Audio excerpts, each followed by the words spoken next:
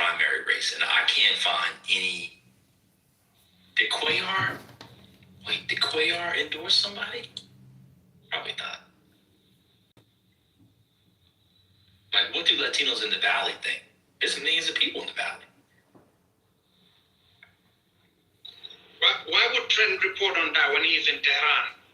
That's a good point.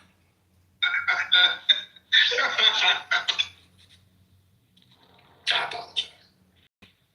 The question and vote swing towards Crockett or swing towards Tallarico? Is that the question?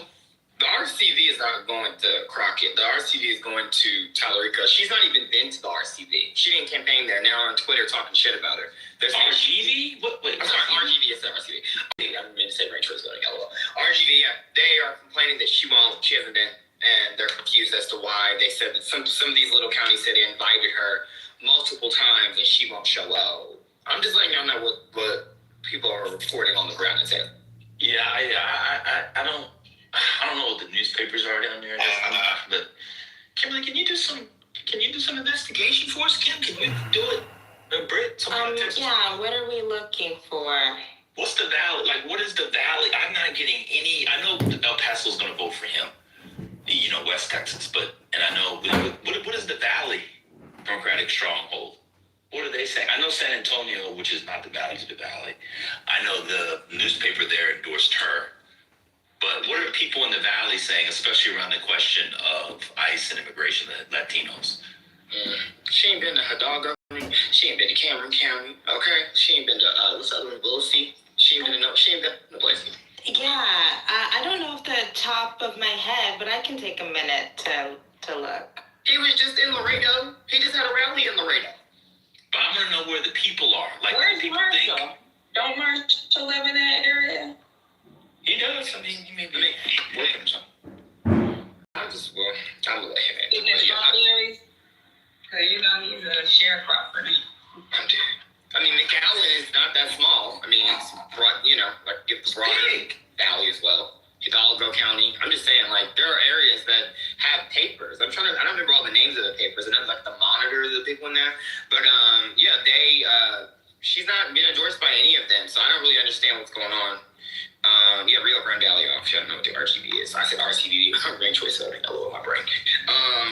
But yeah, she is not putting up, I don't think she even thinks she's going to do well there. That's why I think she's avoiding those areas, and she's staying primarily focused with San Antonio, Houston, Dallas, Fort Worth. And she knows she ain't doing shit in Austin, but she's probably trying to be at least somewhat competitive there, just like he's trying to be competitive in DFW. But, I mean, we're also thinking that North Dallas is just going to, I'm sorry, let me not say this. Y'all can call me a cunt. Y'all think that she's the only one that's going to do well. All I'll say is that in DFW, and she is not. Well, neoliberal has her at like +80. That's insane. I don't know. The other thing that you were saying, Matt, about, and you could be explicit by saying North Dallas, because I think that, like, there is a difference between Dallas County, like the city of Dallas, Dallas County, and then what's outside of Dallas County that is north of Dallas, that some people will call North Dallas, but to me it's not technically North Dallas because North Dallas is still in Dallas County, but that's a different conversation. Yeah. Those are the white people. Like, there are a lot, like Addison, Richardson. Do they have like, precinct by precinct? Does the Dallas County clerk release that? Yeah, on the website. Go to Vote Hub. They have all the. Yeah. Oh, There's okay. a lot of data, Because that's like a big. Yeah. Okay. That's why I'm saying that he is going to run it up in North Dallas. North Dallas. South Dallas, she got it. But people are also overestimating it because of her district, and that's wrong to do. I think I slightly touched on this earlier, but like with Tarrant County, with the Texas Senate 9 seat, the state Senate seat that we were talking about, where Ramette ran up those numbers, that part of Tarrant County, that part of Fort Worth, that black people don't live there. If Tallarico runs through that part where Crockett runs through, the southeastern and western part of Fort Worth or Tarrant County where more Black people live. I don't know. DFW is not as it's. I'm more on the it's likely, but I'm not for sure she's carrying it heavy. I mean, Jefferson is in the conversation. That's where his strongest county was Borden. So Jefferson was his next strongest. I'm looking at data from the 2022, 2020 race, the runoff. Sorry, let me go mute all looks. And this just lets me know that, like, if somebody was enterprising and wanted to make money being like a Politico and they deep dived on this every day, people would definitely be into it. Like, who's the go-to? There's a Black lady on YouTube who I listen to named Dorothy Burton. Do you guys know her? No, I've never heard of it. She's she does Texas politics. She has a small platform. How many people on her? She only has it's a very small platform. But like, she goes through stuff and it's like local stuff. And I don't know, man. Like, somebody on this, reporting from different areas of the state, going to rallies. This is an exciting race, man. Oh, I think actually Kaufman is a likelier competitor to Jefferson than Dallas because it's the fastest left trending county in the state. Yeah, and that's because it has the fastest growing Black population. Just look it up. So let me get back. You said Kaufman County? Kaufman, yeah, it's actually a better. I feel like Dallas. I feel like that's where Forney is. And I only say that because Kim mentioned it the other day when somebody was asking where to move to. LOL. This is just fun doing this though. Looking up all these, all the precinct data, looking at. Do you guys think that, especially if Tallarico wins, we're going to get stories of the hidden Black Tallarico voter who the polls didn't account for? Wait, say that one more time. If Tallarico wins, especially, like, we're going to get stories during the general election of the hidden Black Tallarico vote. Because if he wins, there's going to be if he wins, there is going to be that story needs to be written because it most likely means, she only won 70-30. Like, I've done my part. neoliberal, yes, neoliberal has it at like 90-10. 90-10 is crazy. I don't know what your model Can you stop? 90-10. My model is exactly where vote hubs, but the crash. Vote hubs, who leads, I just put in the link. It's exactly the same. You actually get 90-10. I just want you to crash. Yeah, I don't understand. I'm sorry. My model 57%. has 53 Crockett, 46 Tallarico. I have him at 58, and her at like 49, like mine. I mean, I can find mine. I have it on my computer. Sure, I don't necessarily disagree. Like, given the undecided, if I was doing a forecast, I might have. I'm not doing a forecast, right? This is just a. Why? Oh God, I'm just not. Can you stop reading? Okay, if you look at vote hubs averages, right, they have weighting based on the quality of the poll, which I don't do, but they are Crockett 42, Tallarico 38. So now I have 50.4 with him, and then 49.6 her. And I also have, I have polling average in. She leads by 1.3% overall fundraising, and he was Googled more in general and most recently. He has more endorsements, and then of course his experience in winning quote unquote elections. I have her, but I have. Anyway, I'm going mute. He was on Morning Joe this morning, so this is gonna sound a little pseudo. I apologize. He was on this is gonna sound pseudo. I have no data for this, so don't hold me to this. His ability during the next 10 days to get on what I call the Sutter Home, Chardonnay, Old Black Lady, Plantation, Democrat TV shows, it's going to help win some votes he would not have otherwise have won. Huh? Your mama watches up. Colbert, Morning Joe. These people get up in the morning. They pour, baby. The View. You know, we didn't have grapefruit juice when we was growing up. But now you can get grapefruit juice, and you know I can use my Social Security for it. Give me some grapefruit juice, baby. And at about 11:30 a.m. they get them little bottles of Sutter Home Chardonnay. I just put that in there, mix it with some water. If you cut it with water, it cuts the alcohol, baby. All day long, they have MSNBC and CNN playing all day long. Then The View. Then back to MSNBC, Morning Joe. Then The View. Y'all know that's other black people, and they're deep into politics. They got newspapers all over the house, and they're just plantation Democrats and Jasmine Crockett. Now, I saw that little white boy on Morning Joe this morning. You know, I love Joe Scarborough. Got a nice head of hair on him, and that Mika, she better treat my Joe right. Y'all know exactly the type of old black lady I'm talking about. They vote in every election. A lot of them volunteer at those. Never know you go to a poll. You could be in a white neighborhood voting, and it's still black lady, and they're like busting your negress, a negress over age 60. Let me continue. That lady, that's gonna be. I like that little white. You know that Jasmine. I love my Jasmine, but she just a little too hot. But you know, I saw that boy, and he was talking about Jesus. And when you talk about my Savior, when you talk about the Lord, he was saying how we need to welcome all that. The Lord, you don't make small for the political parties. You make it big, baby. We need to be in Jesus' way. I'm going to vote for that baby. He got the anointing. I'm telling you. Tallarico. Him being on these shows is going to help. I'm telling you. I mean, my mom lives in the Haltom City part of Tarrant County, which is a suburb. And she said that she's undecided.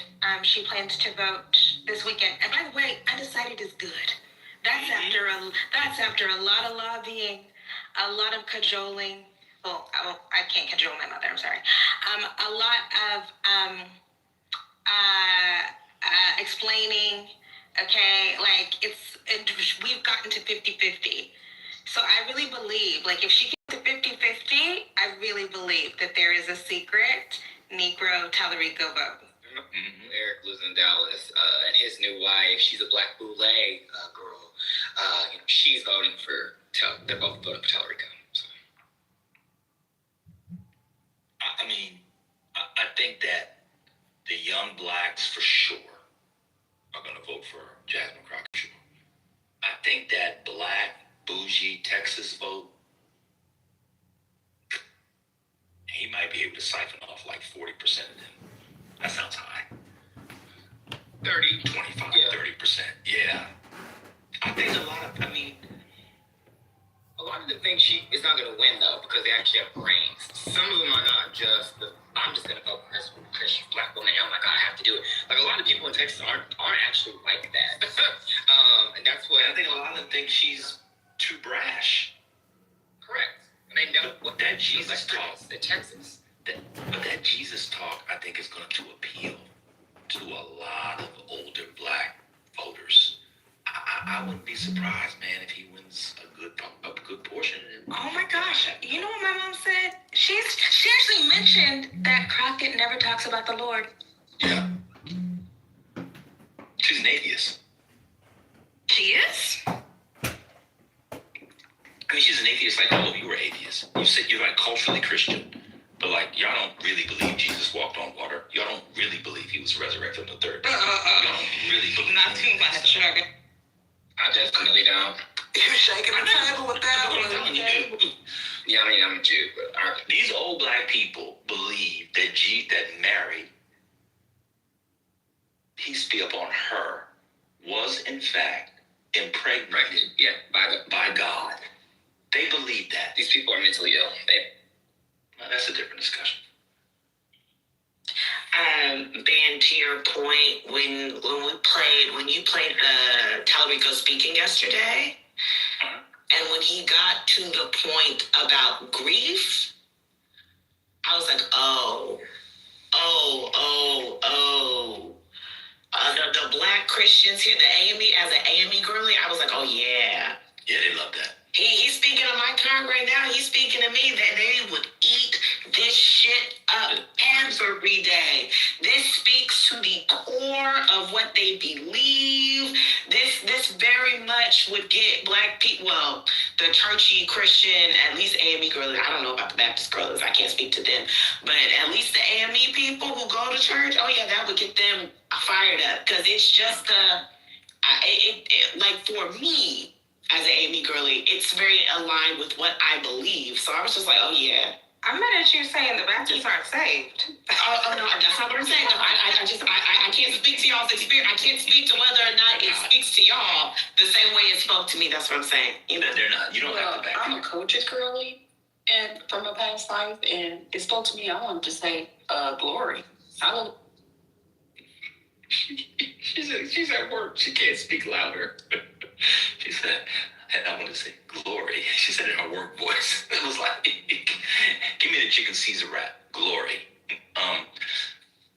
Y'all, I have a question for y'all because I don't know. Has Tallarico done the black church Yes, board thing, or he refused to do he that? did it already. He did it before she even jumped in the campaign. Oh, he is doing it. Yep. Oh boy. I praised him for it. Like, what was that? November when he did it, and I was like, look at him. He been with the past. He been with the black. What did let me see what Freddie Haynes said about the Senate race. Texas Senate. No, I'm not a surrogate of Tallarico, Odeon. I just have a brain, unlike several other, niggas that run around this app. It's just sad. I thought that we all had brains, but sometimes I guess people chose Timu to buy theirs. I didn't. Wait a minute. So what high profile Texas endorsements has she gotten? I know she got Angela also Brooks, but that doesn't really do much. She's a senator from Maryland, but did she get any of the, did Al Green endorse her? Al Green got right? He didn't? No, That's curious he to doesn't me. have any U.S. congressional endorsement. That's curious to me. Heinrich None of her colleagues in the Democratic caucus endorsed her. Oh, I didn't see that. Yeah, I didn't see anyone in the. I didn't see that. I didn't see anyone in U.S. Congress endorse her. Has someone? Did I miss? I don't know. I'm Googling it now. I don't see. I just know the Emily list endorsed her because they endorse anyone that has a vagina. So. Pastor Hayes, if I'm not mistaken, has been Jasmine's spiritual advisor for a couple of years now. Who? Pastor Hayes. Yeah, she allegedly goes to friendship with. That girl has not stepped foot in that church in years. Wait a minute. So why didn't he endorse her for Senate?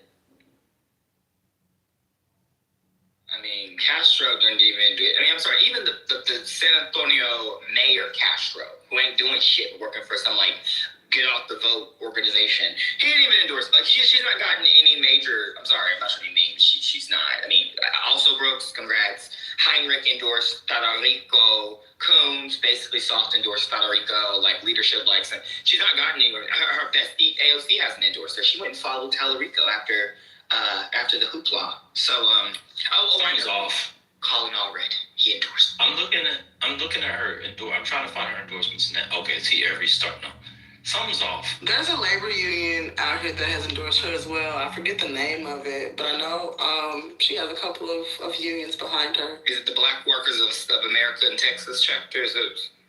I think so. I believe so.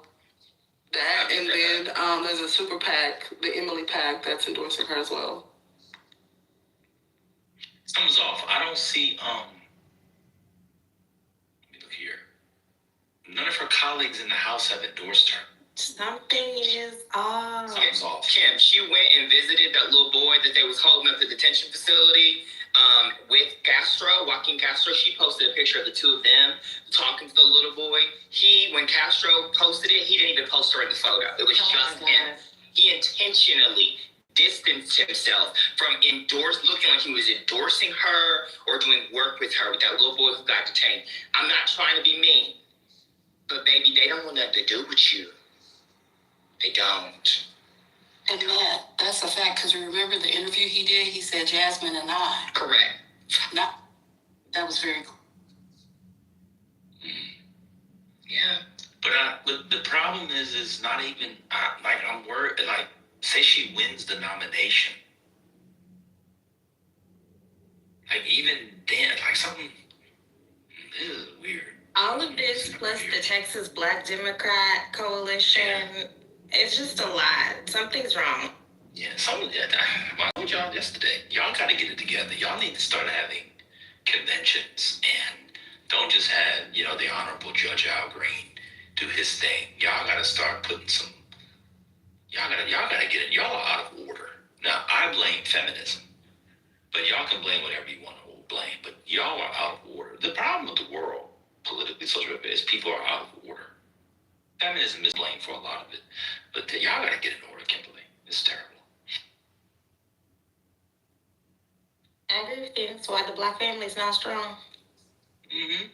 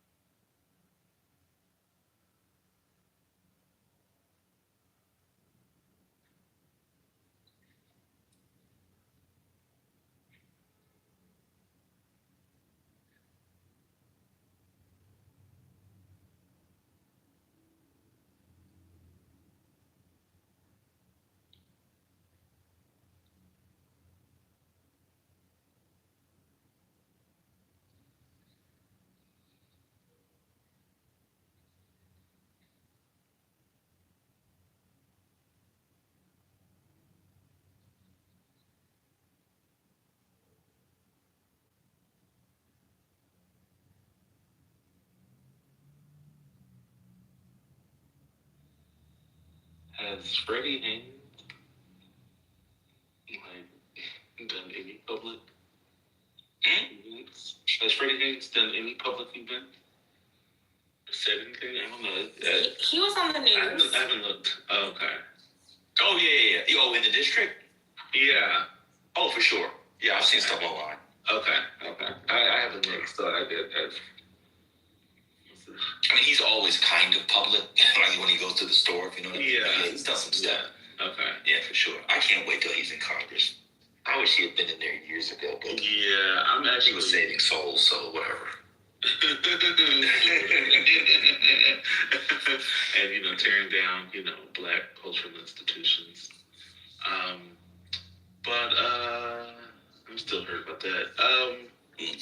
But yeah, I look forward to him. What? No, I'm saying especially after Reverend Jackson died, it kind of made me kind of more sad that he didn't stay at Rainbow Push actually. I mean, I can imagine it was a mess. I know they're doing a lot of. I was wondering if they were going to do a lot of events, but my fake wife, who is really a man, sent me a list of the different events that they're going to have in honor of Jackson, and it looks like a lot of them are going to be at Rainbow Push. So. You gotta go over there? Yeah. I wish I could go. Did you see the public, it was like the press conference from the children? Was it yesterday? I did. No. Yeah. I think almost all of them were there except Jackie. I did. There were many moments that were very powerful, I thought. I bet. Yeah, they were good. Yeah, it's really good. It was really something. And I thought the questions were good too. I don't know where they found these reporters from. I thought the whole event was really something. It was really, really moving. Yeah, it was great. It was really great. It's worth, they start on the 25th. So they'll have a public visitation on Wednesday at Rainbow Push, and then Wait, with the body? I'm assuming. Oh, that's wow. Yeah. It doesn't say what time, so I'm gonna have to look at the time. But then on Thursday there's another, so they're gonna do two events. No, I'm sorry. Wednesday, Thursday, Friday they're gonna do public visitations. From 10 a.m. to 9 p.m. At least it says on Thursday, and then Friday 10 a.m. to 6 p.m. And then they're gonna have a celebration of hope. I'm not sure what day. I guess it's Friday. Yeah, Friday, and then a homegoing service. But it says from 10 a.m. to 9 p.m. I don't know what that's gonna look like, and that's on Saturday. Okay, I've used a couple different models. The models are saying that based on Tuesday and Wednesday, the Blacks are running it up in Dallas. So it's the inner city and the southern, sorry, they use the word inner city, sorry. And the southern sector, everybody knows that that's where the Negroes live. What are the numbers? What do the raw numbers look like? Oh, okay. So we have, well, they break it down by precinct, but just for example, Disciple Central, which is in DeSoto, 807 Democrat, 33 R for Wednesday. And then in the wider areas, we'll say Addison, it's 98 Democrat, 60 Republican.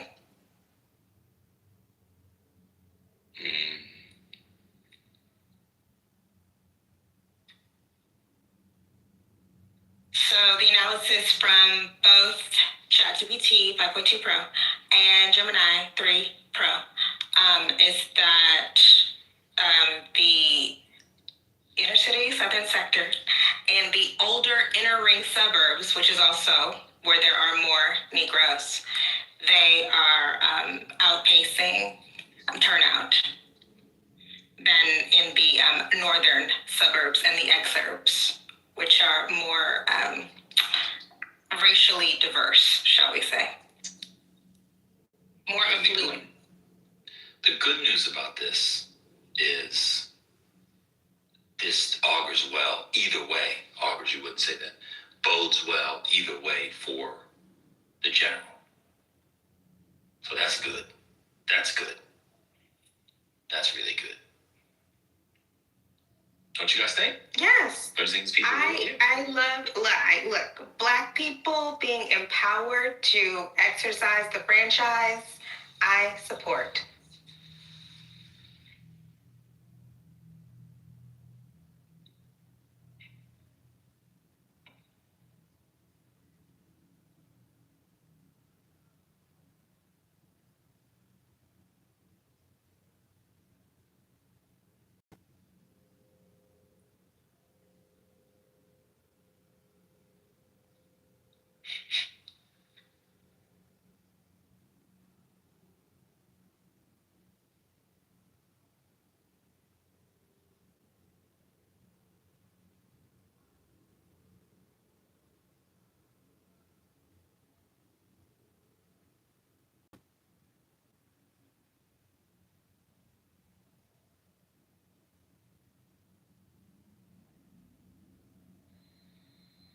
Did y'all ever watch?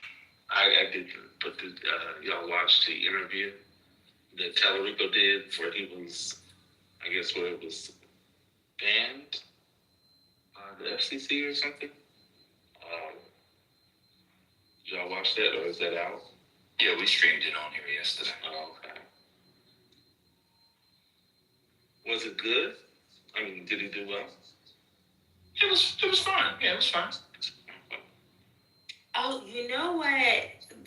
We got distracted, and then this turned into, mongrel fighting. ever played Ossoff? That speech that everybody was talking about, that had the talk about the Epstein class. That's right. It was 30 minutes. Or you going to, that's right. Oh, I was. Yeah. Then I got distracted. Wait, let me find some clip.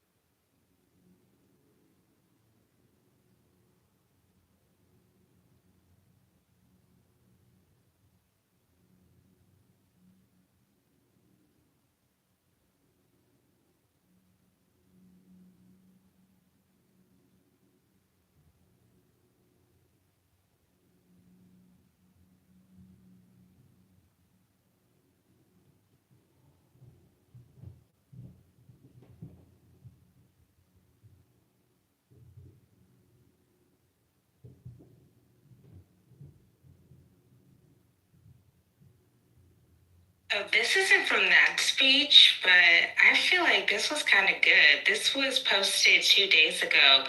John Ossoff made a speech at Big Bethel AME Church. Let's hear it. Oh, it says, whoever digs a pit.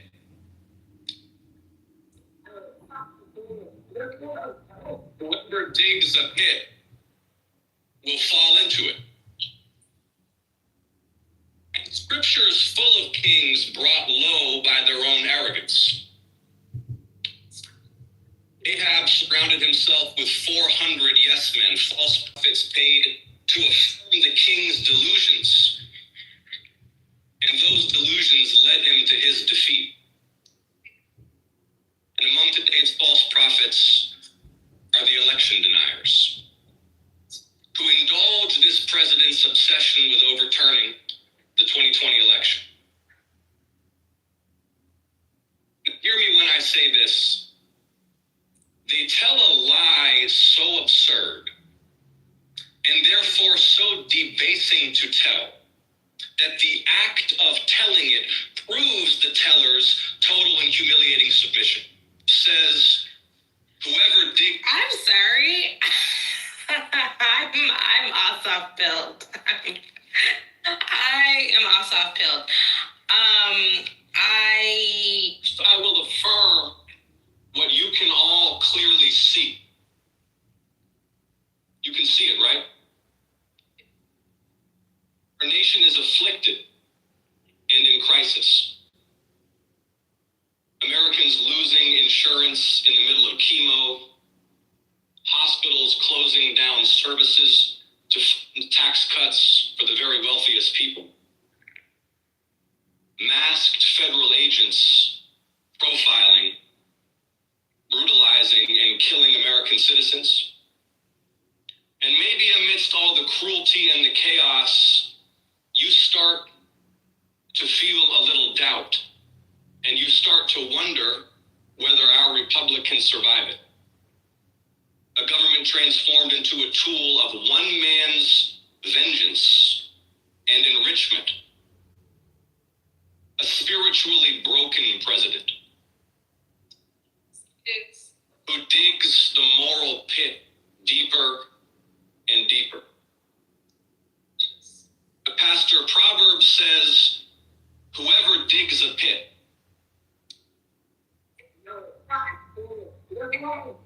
whoever digs a pit will fall into it. And scripture is full of kings brought low by their own arrogance.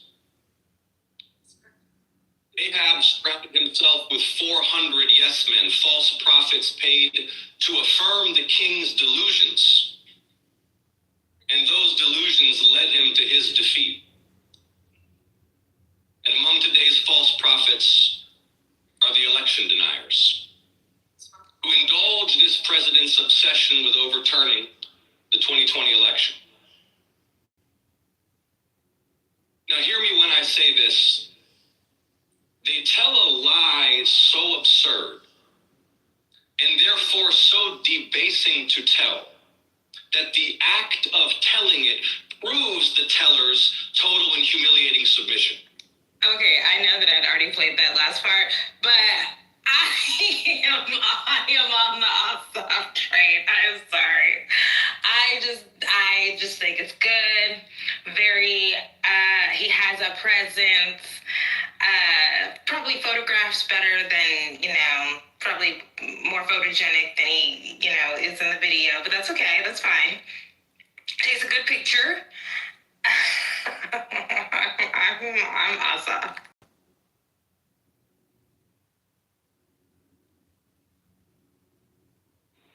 He's everything Shapiro wishes to be.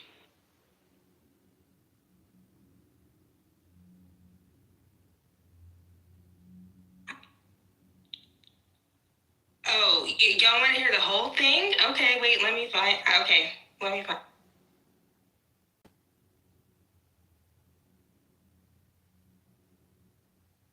So I started off looking for clips from his big Atlanta rally speech, and then I stumbled upon, I guess we'll call it a sermonette or whatever that he gave at Big Bethel AME just a couple days ago. And the new clips are good, but I see if they have the full video of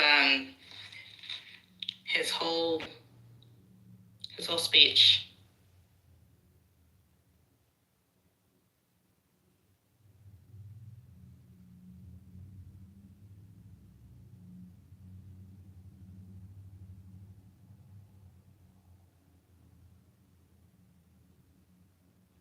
Oh, it's only 9 minutes. I'm about to play it.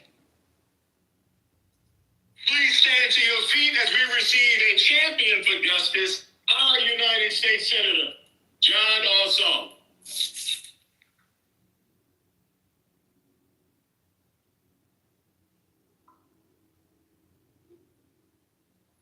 Good morning. Good morning. It is such an honor to be back at Big Bethel on this hallowed ground. Thank you, Pastor Jay, for that kind introduction. Where did the First Lady go? Thank you, First Lady Michelle. And good morning, Big Bethel. It's an honor to be back. I am grateful this morning for life. Breakfast that we shared this morning. I'm grateful for the roof over our heads. And I'm grateful to be here with all of you and for the honor of representing you as your United States Senator. First, please, would every veteran, every military service member, every military spouse and dependent please rise to be honored by all of us in gratitude for your service. Thank you.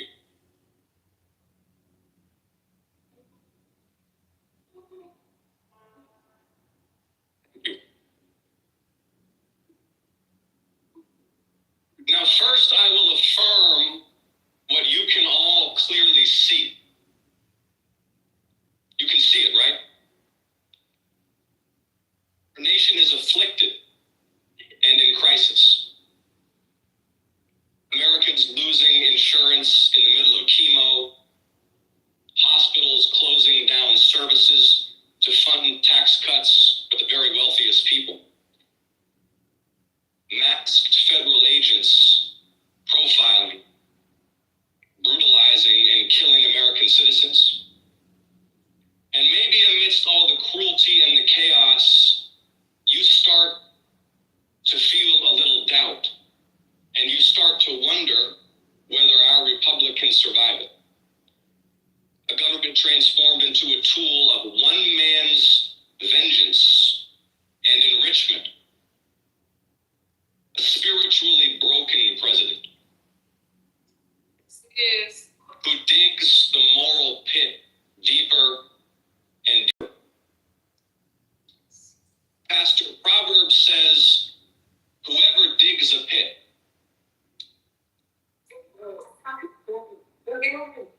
whoever digs a pit will fall into it. And scripture is full of kings brought low by their own arrogance. Ahab surrounded himself with 400 yes men, false prophets paid to affirm the king's delusions. And those delusions led him to his defeat. And among today's false prophets are the election deniers, who indulge this president's obsession with overturning the 2020 election. Now hear me when I say this. They tell a lie so absurd and therefore so debasing to tell that the act of telling it proves the teller's total and humiliating submission. Just consider that the sitting Attorney General of the United States and the Director of the FBI refused to accept Trump's defeat in the 2020 election, an election he lost by 74 electoral college votes and 7 million popular votes, the widest margin of defeat since John McCain in 2008. Just think about that. And since now they're wielding the power of state to rewrite history, we have to remind everyone that Trump didn't just lose Georgia. He lost Arizona. He lost Michigan. He lost Nevada. He lost Pennsylvania. He lost Wisconsin. And then he tried to cling to power, tried to intimidate Georgia officials to find him more votes, ginned up a mob that tried to hang his own vice president, and today still obsesses over his shame. So he sent them to Fulton County. Seize your ballots on a pack of lies. Now, why Fulton?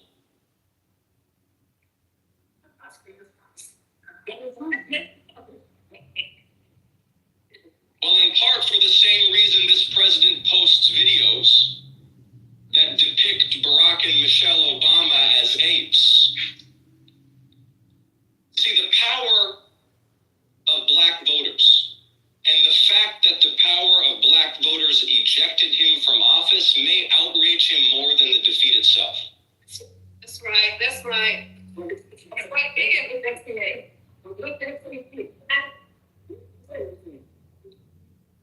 And so he tries to delegitimize your exercise of power. And now with elections approaching, he tries to suppress it. How foolish of them to come to the cradle of the civil rights movement and the doorstep of John Lewis's congressional district to spread those lies and seize your ballots. How foolish. Foolish. Sorry. I'm in it. I'm sorry. Okay. Let's keep going. To launch an attack on voting rights here at the political and spiritual center of the black history they seek to erase.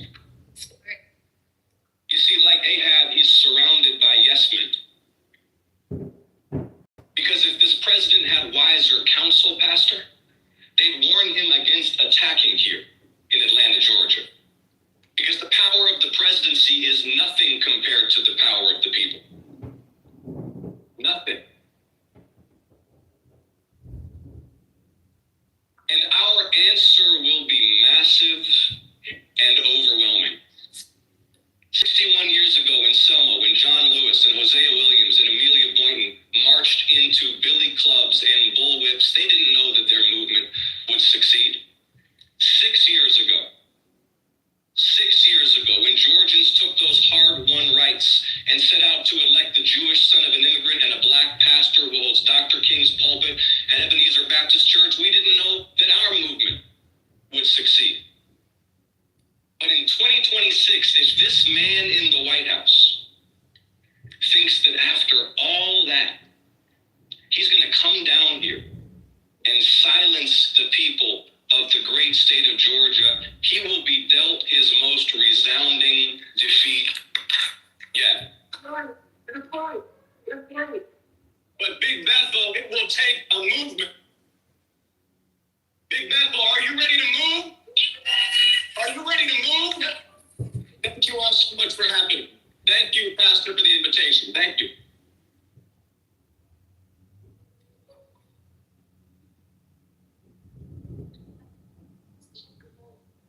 My God. My God.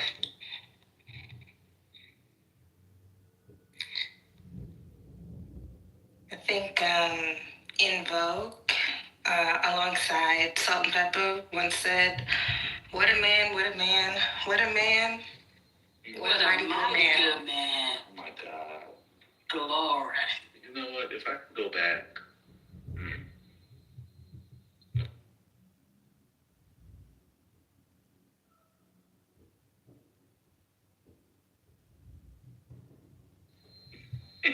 I want to say get some water. It was good. I mean, I wouldn't expect anyone, anything less from a Georgetown educated man who also, where do you go? Wait, I'm sorry? School of Economics. Oh. Yeah, I would expect him. I expect him to deliver and to be well prepared to engage in audiences. Yes. To engage, with his constituents, and in a way that seems familiar to them. Yeah, did a good job. Oh, thank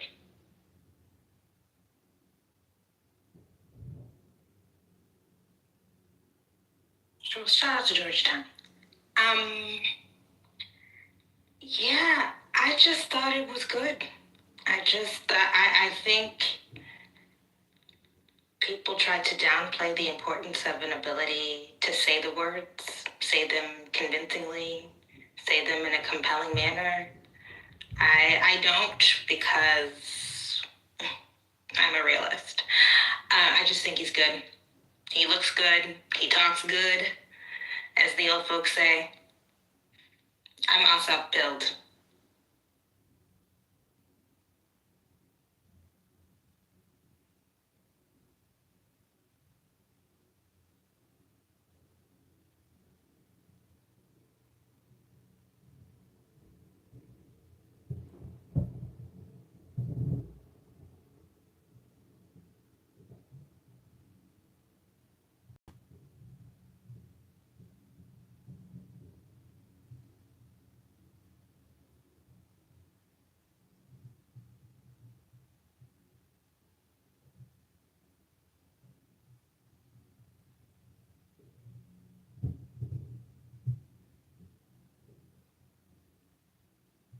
Okay, in this lull, I will play another clip from Ossoff posted 5 days ago. This is taken from the long Atlanta speech. See, Donald Trump, J.D. Vance, Stephen Miller, they offer a small, closed, menacing vision of America defined by fear and scarcity and exclusion. They imitate the blood and soil rhetoric of history's worst regimes. Immigrants, Donald Trump says, are poisoning the blood of our country. Those are the kinds of words used by the most dangerous men in history. I listened to a speech a few months back by a senator from Missouri who's aligned with the president, and I think what I heard him say was that the only real Americans are those descended from the original European settlers. Now maybe he forgot the Mayflower itself was full of religious exiles fleeing persecution. But our heritage isn't limited to that of the Pilgrims and those who settled the West. America's heritage includes the descendants of slaves who won liberation from slavery and Jim Crow. It includes the Creek Indians who lived in Middle Georgia for 11 centuries straight. It includes immigrants from every region and continent who arrived here fleeing persecution or seeking opportunity. Americans are not a race. We're a people. United not by ethnicity, but by shared convictions, and that is what makes us exceptional and a beacon to the world. How amazing is it that the most powerful nation on earth proclaims as its core values that all are created equal, with inalienable rights to life, liberty, and the pursuit of happiness, no matter how humble our beginnings, no matter our ancestry, no matter when we arrived on these shores. George Washington wrote in 1783, America is open to receive not only the opulent and respectable stranger, but the oppressed and persecuted of all nations and religions. 1783. Atlanta, that's a legacy worth protecting. And I was thinking the other day, what would the founders think if they visited us today? Well, they would see that slavery had been abolished. They would see that Americans without land, and then women, and then the descendants of slaves had secured voting rights. That American leadership in science and discovery had propelled knowledge and technology to unimaginable heights. They would see that the United States had become the superpower that defeated Nazism and communism. They would see a pluralist democracy, people of all colors descended from every point on earth, stitched together out of many nations into one, still the greatest hope for mankind. But they would also learn that of the world's great rich nations, American life expectancy is the lowest. Our childhood poverty, murder, and maternal mortality rates are the highest. They would see a nation that at the height of its wealth and power fell into the very traps they most feared, the dominance of special interests, bitter division between warring political parties, and a faithless president exploiting that rot to pursue the absolute power they overthrew. But they gave us the tools to fix this. They put the power in our hands. It's up to us, Atlanta. It's up to us. This is a turning point for the United States. History is calling the question, what kind of a people are we? I believe the measure of our success is not how many of the poorest and most vulnerable families we hunt down and shackle and imprison and deport. The measure of our success is whether each generation achieves greater health and prosperity than the last, and whether we live up to the promise of equal justice for all. I believe we can lift American children out of poverty. We can keep our communities safe from violence. We can make sure every mom and every baby in America gets the best care in the world. I believe we can reform our corrupt politics. We can unite the... I have to say, this person does not sound like Barack Obama. He does not. I don't know what these people think. Yeah, it doesn't sound like Obama. He sounds like a white man who lives in the South. That's exactly what he sounds like. One who graduated college. That's exactly what he sounds like. American people to solve big problems and achieve great things again. I believe we will escape this moral tailspin and recommit ourselves to the values that have powered 250 years of progress. But none of this is possible without victory this November. Oh, wow. Please stand to your feet as we receive a Kim, who says he sounds like Barack Obama? feet as Oh, we sorry. receive a champion for justice, a United States Senator. I had to open it again because I want to send it to my mom. Sorry. That's why I'm playing again. Somebody in the chat said that. No, he doesn't.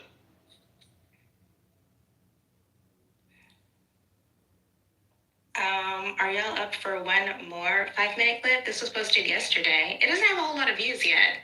I've never seen it.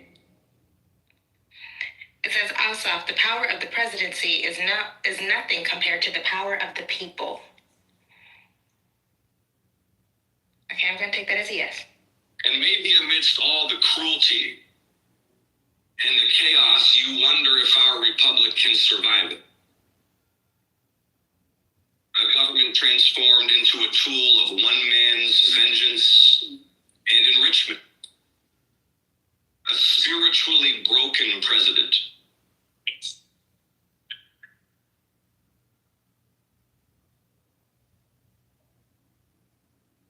Okay, so I didn't look at what this is, but it's a Delta something. It's a Delta something. Who digs the moral pit deeper and deeper.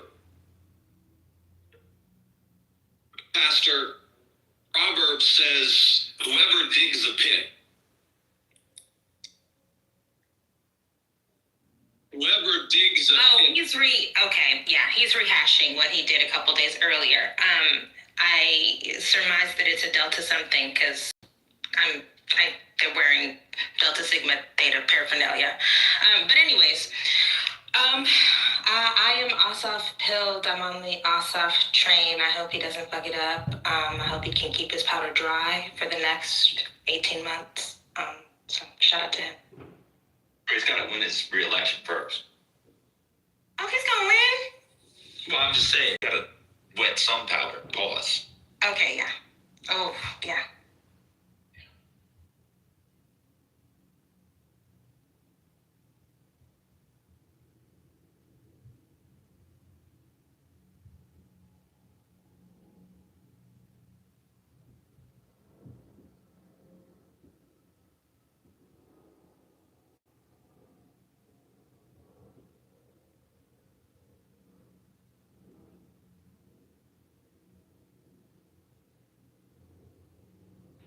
Ben, you think if he pulls it off, he will just make the jump to the 28 race immediately, or? Oh, for sure. I think it would be, very, very quickly after.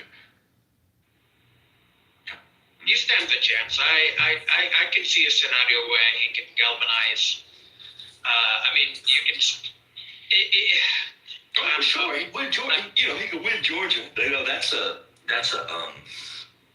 selling point. He's young, energetic, thoughtful, no seeming scandals.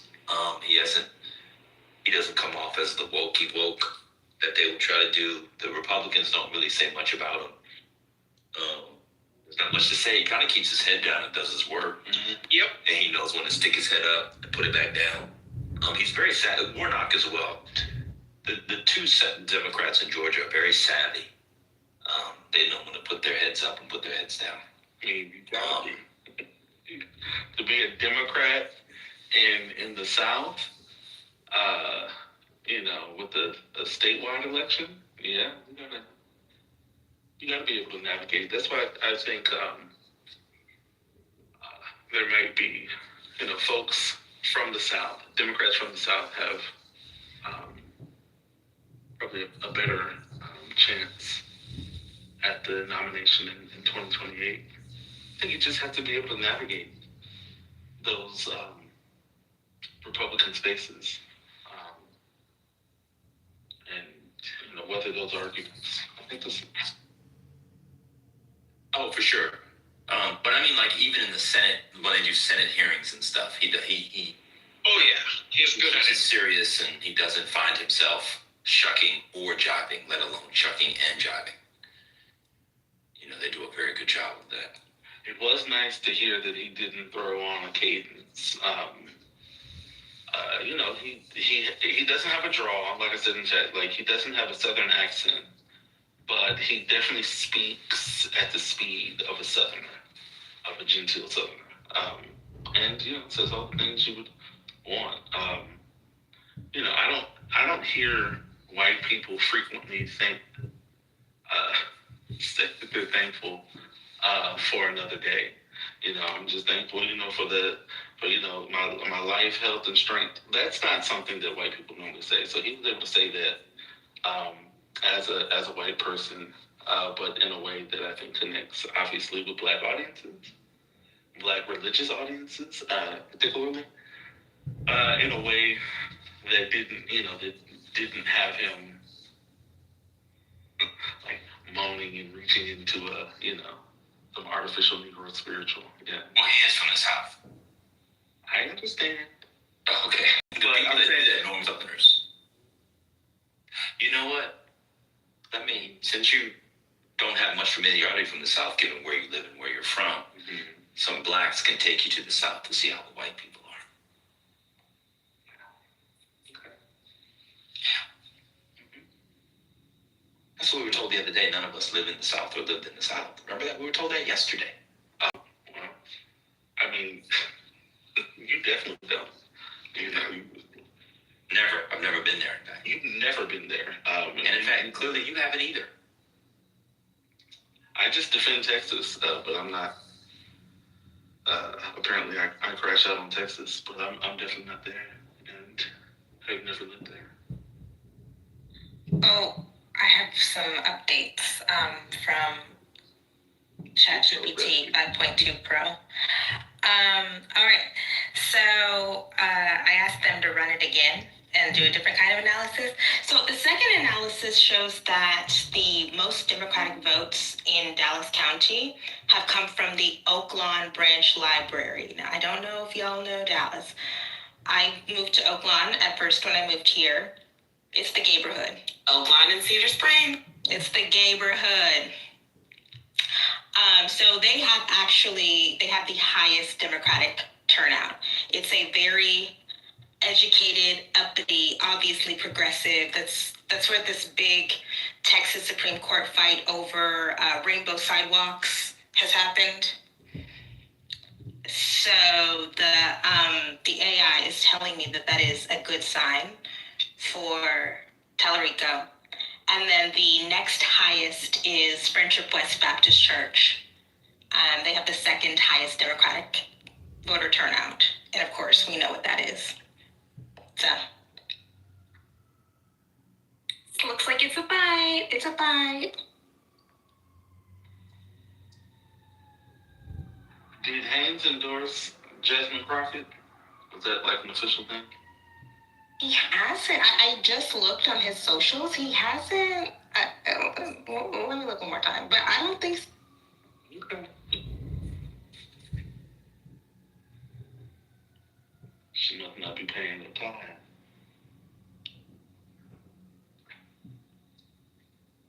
But the only thing about it is, I mean, he literally introduced her at her the senatorial campaign kickoff, you know? Maybe, I think it's kind of implied. Okay, so he's done something Yeah. with her. Okay.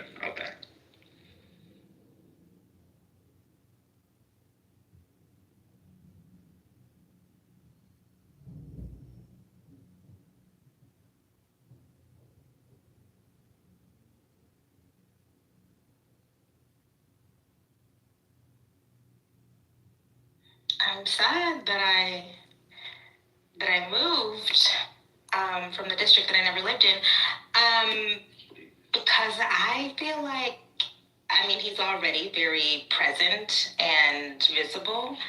I feel like he would be a much more active congressperson in the community, visible, accessible. So, shout out to Texas 30.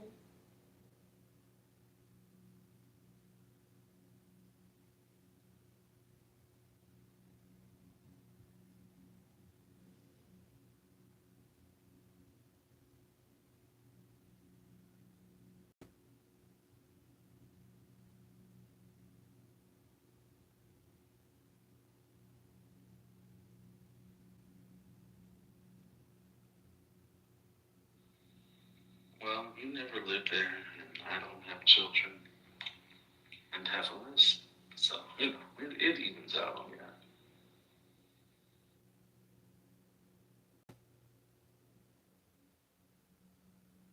So this is interesting. I see Texas Democrats endorsed Haynes. Justice Democrats, I'm sorry. The Justice Democrats have endorsed Haynes. You know who they have not endorsed? Okay, sorry, I'm just saying.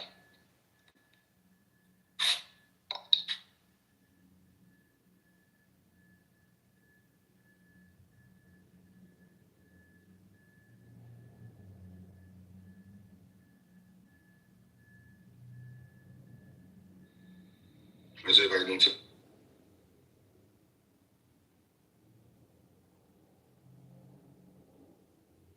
Wonderful, wonderful.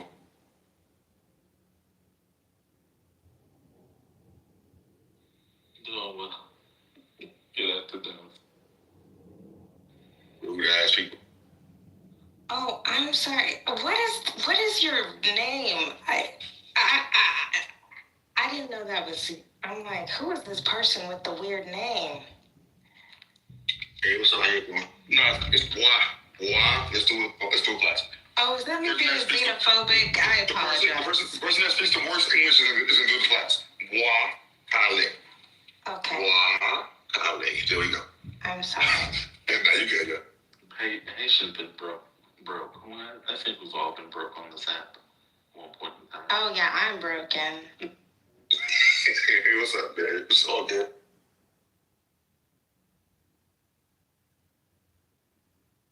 Hey, Action, I'm sorry, I was away from my phone. No, you're good. I know everybody doing their thing. I'm saying so. Wait a minute, y'all. Are the Chicago Bears about to end up in Indiana? Are y'all following this? Oh yeah, you didn't know that? Did you? Yeah. This has been going on. There was the last thing I looked, because I can't actively look at it. It's just too much. No, they just announced that the Hammond site is the new main site. They've officially announced it. Oh yeah. I mean that has been where the reporting has been for a while. Well, not Hammond. It was Gary. Gary and Hammond. I'm sorry, you guys. Freddie Haynes posted this yesterday, the Texas Coalition of Black Democrats. I'm honored and grateful to have the endorsement of the Texas Coalition of Black Democrats Dallas chapter. They have a whole list of people. Yes. What's going on? Something's off. Something's off. Yes, man. Yes, there's a whole list. It's like 30 people or like 25 people on there.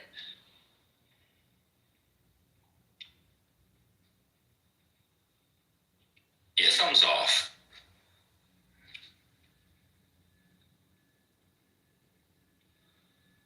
I mean, we're gonna have to. I don't know. What is the cost of them endorsing, especially Crockett, and she doesn't win, and you do need those voters to decide that they're going to vote during the general election, in November. And so I don't know if there's got to be some cost benefit analysis. I mean, either they just don't want to vote, they actually don't want to endorse her, and so they're not going to publicly endorse Tallarico, or there has to be some calculation that sort of supporting her and her not getting it will do something to the vote in November, or the turnout. It is. So this is for the Dallas chapter. They would lose nothing by endorsing her. That's my only thing. What do you have to lose? I'm gonna start going to Texas Coalition of Black Democrats meeting. I'm about to do some investigative reporting. Right. Yeah, I'm gonna be like that man in Minnesota with the Somalians. I'm gonna be in there. Well, are there other? I apologize. I have not been keeping up with y'all. So if I'm joining the conversation, you can just move on. But are there other Black political I'm not sure. orgs that have, like, is this just a like a better word, a term, a blackout, and no one is endorsing at that level in terms of Black political, orgs, or is it sort of hit and miss? Some are and some aren't. I'm gonna. So that would be interesting. Yeah, I'm getting my Twitter fingers on it right now. Oh, thank you. Because that would be interesting. That would be an interesting story to uncover if there was, the decision to not endorse.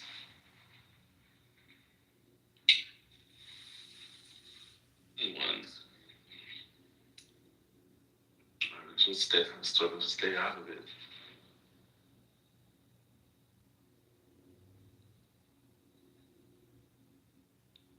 Or I'm wondering, because I'm also like, does an over representation of Black support for Jasmine Crockett reduce the white or Latino desirability for voting for her? In Texas, it could. She could be seen as the Black candidate. But if this is Dallas, she has to do really, really well among the Blacks in Dallas. If I had to guess, I wonder if there's sort of like generational fight. I'm gonna start going to these meetings. I'm on the website right now. I'm gonna implant myself into this organization because I'm genuinely. Also, I wanted to get more involved anyway, but I'm super curious because certainly they understand that it looks weird when you have endorsed candidates up and down the ballot and you don't endorse at the very top.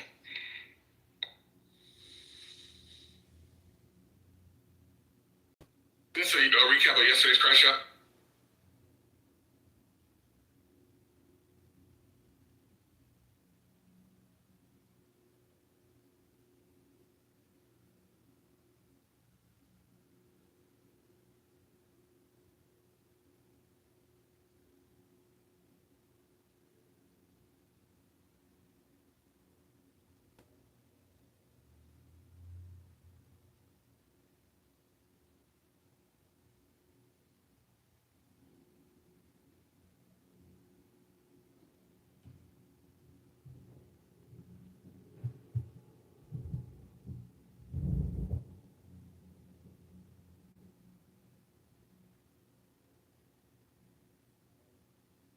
Wait, is nobody speaking? I thought my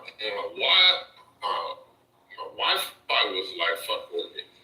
I'm just sitting here in silence on this. Oh my god. What's up, Aisha? How you doing, bro? Alright. That was some excessive niggatry yesterday. I swear, bro. And I'm so glad I was not a part of it. I don't even know what happened, bro. You don't know what happened? Did you finish the clips? It was crazy, bro. Did you finish the clips, Kimberly? Why we have to change the conversation? What's up, Gemini? How you doing, Gemini? I'm gonna check one more time, but I think that was all the clips that he's posted. Okay, cool. Yeah, we'll see how it shakes down. On your way to the interested. Sorry. In that. All right. Oh wait, Oslap was on Colbert. Or was this Yeah.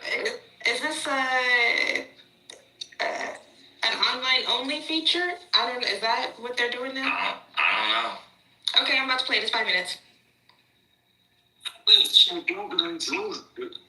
everybody. We're back with Senator John Ossoff of Georgia.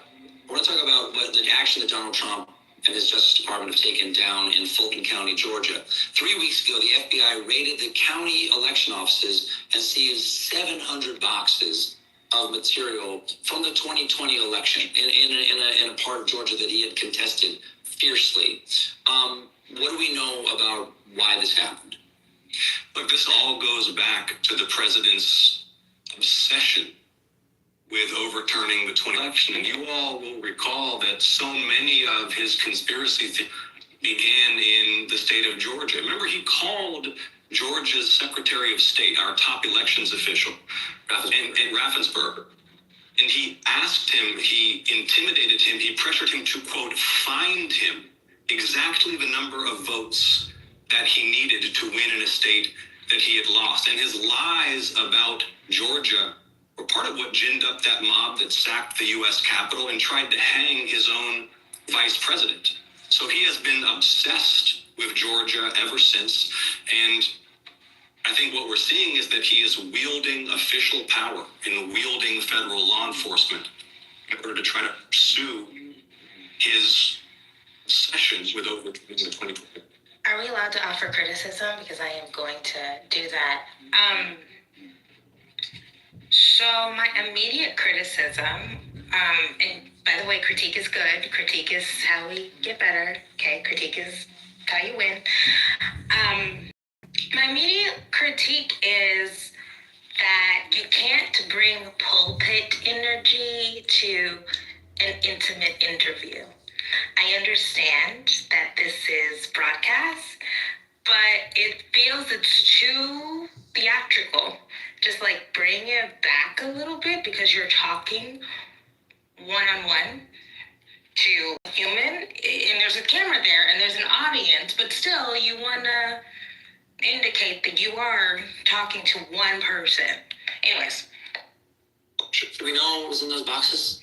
It was ballots for Fulton County voters. And, you know, this has really shaken people in Georgia, where we have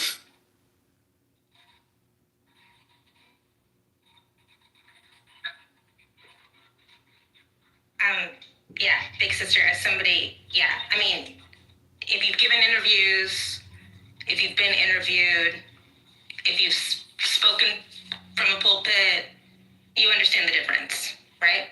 You present yourself differently in different venues. That's what I'm saying. Such a deep history of attacks on voting rights, so much given, so much lost to secure voting rights. To have a federal raid seizing voters' ballots. And just so people who may have forgotten, how many times were the ballots in Georgia recounted? Over and over again, court case after court case. And then you've got Tulsi Gabbard, the nation's... There she is, Tulsi Gabbard, looking like a spy, which I think she is. She is Director of National Intelligence, and they're not supposed to be doing anything within the borders of the United States. She's spying on the FBI for Donald Trump, apparently. Let me say, if you live in a major democracy, Kimberly, pause it. Patient, I can't mute you, man, but you've been humming. You sound like you won the plantation, bro. I can't mute you for some reason. Sound like you can corn pone or making corn pone. Go ahead, Kim. Okay. nation's spy chief is showing up at raids on sensitive election sites. Something has gone wrong. Something has gone wrong. Well,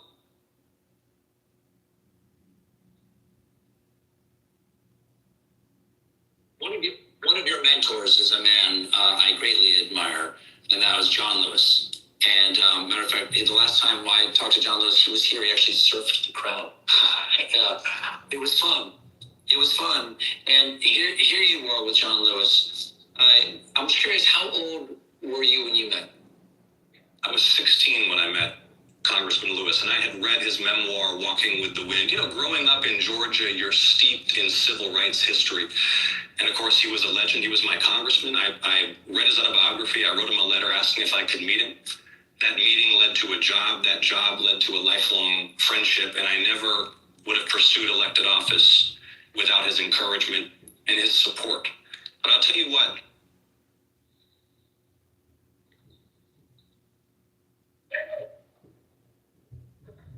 you would have very high expectations of all of us at this moment in our country's history. What do you think he would say to us? I think that you know, and we all know, that there are some folks who are sort of doom scrolling in the fetal position.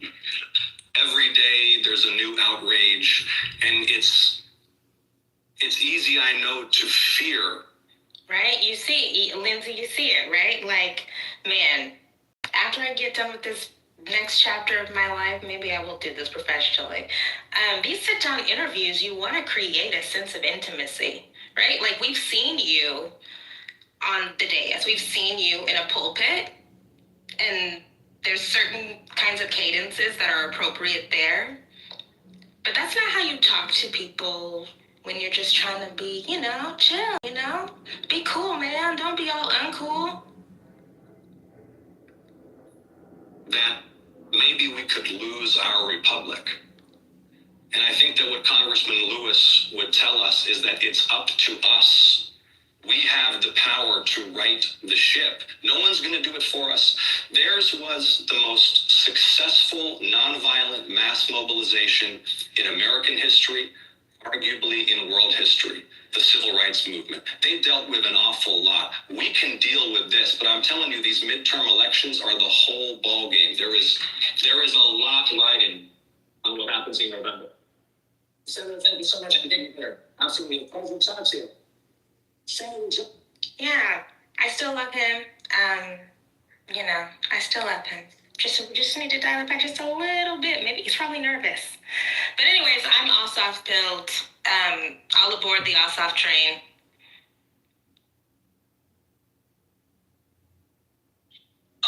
If we're looking at young senators or young people who are senators for our side, which is to say the plantation side, I still think Gallego is a better candidate than Ossoff, but it doesn't matter. I'll take anybody but whoever the Republicans nominate. Vote blue no matter who. Plantation, neck bones, and banjos all around. Neck bones and banjos was crazy.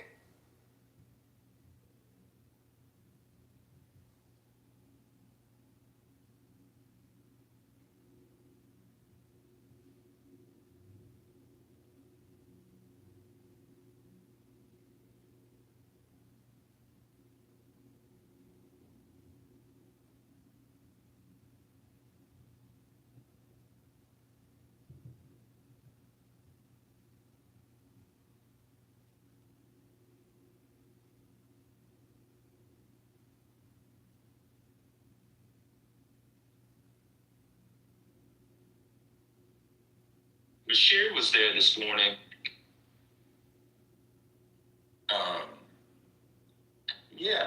To Fishbelly's point, Tambo was always an interesting figure.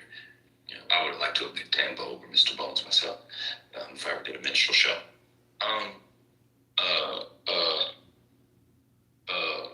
Bashir all but admitted he was running for president this morning. I don't know if people saw that. I saw an interview with Pritzker. Somebody asked him if he lost weight so he could run for president. Did you guys see that? I mean, he's clearly lost weight so he could run for president. And he's lost a lot of weight. A lot of weight. Like, he might not be president, but he probably added 10 years to his life. That type of weight loss. He's a dark horse, man. I'm telling you, he's a dark horse as well. Now, there's the religion issue, and we'll see how much that plays, especially given the Israel's never been less popular in the American political imagination, at least in our lifetime. So that could be a problem for him. But interesting.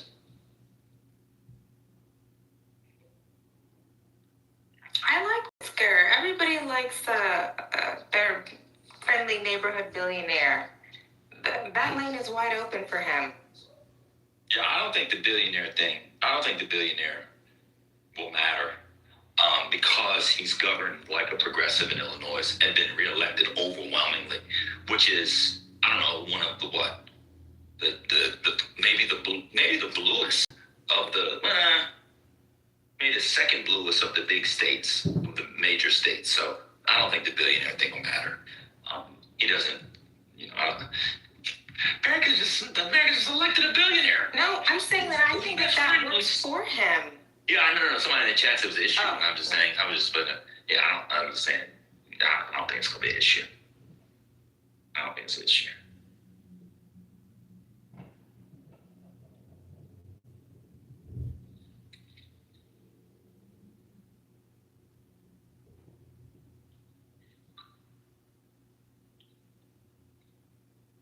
There's a lot of people, man. It's gonna be interesting to see.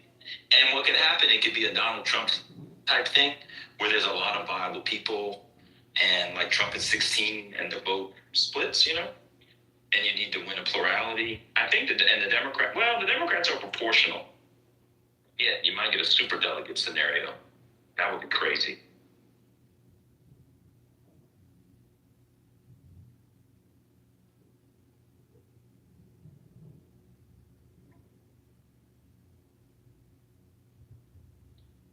But yeah, he's Jewish. Ossoff is Jewish. Funnily, Ossoff is not technically Jewish. I don't know if people know the story. But his mama was not Jewish. His daddy was Jewish. And then he didn't convert to Judaism. Oh, that didn't even count. Well, he did convert officially. I think he had bar mitzvah. I think he bar mitzvahed. Oh. Yeah. So. Yep.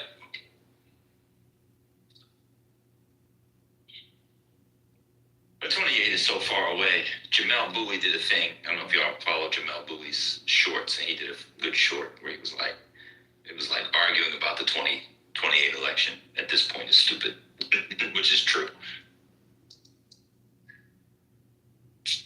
What's the poly market say about the Senate, Kimberly? Have you seen it?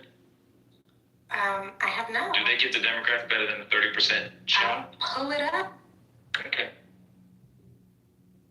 The poly market, go the poly market. That's what Omar kept saying. I mocked him, and he was right. Poly market is Republican Party 60%, Democratic Party 40%. Wow! Democrats That's good. Millions of dollars for those odds. That's good. That's insane. With this map, I think it's class 2. I don't know if that's here. That's crazy. There's a nasty class 2 map too. For them to be at 40% is insane. So I guess people think that Susan Collins is really going to lose. Oh, the great Susan Collins finally goes down. My Susan Collins oftentimes transfigures or transmogrifies rather into a Diane Rehm. So I apologize. For those of you who remember the great Diane Rehm. But many of you don't. Most of you don't. Yeah, I do. I was going to say, it's giving kind of Katharine Hepburn, like a little. Oh, well, the greatest actress to ever live in the 20th century, so I think that. Oh, God.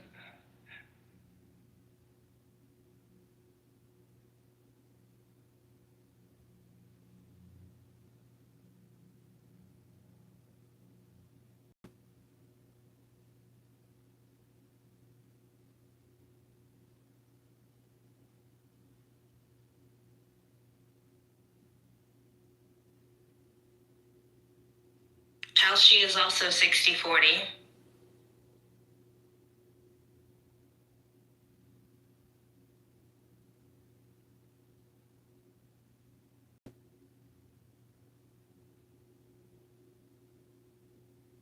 Yeah, I've been transmogrify. I've been trying to teach you people how to have a more effective speaking. And part of that is to understand the use of language. And to understand it, you need to have better words.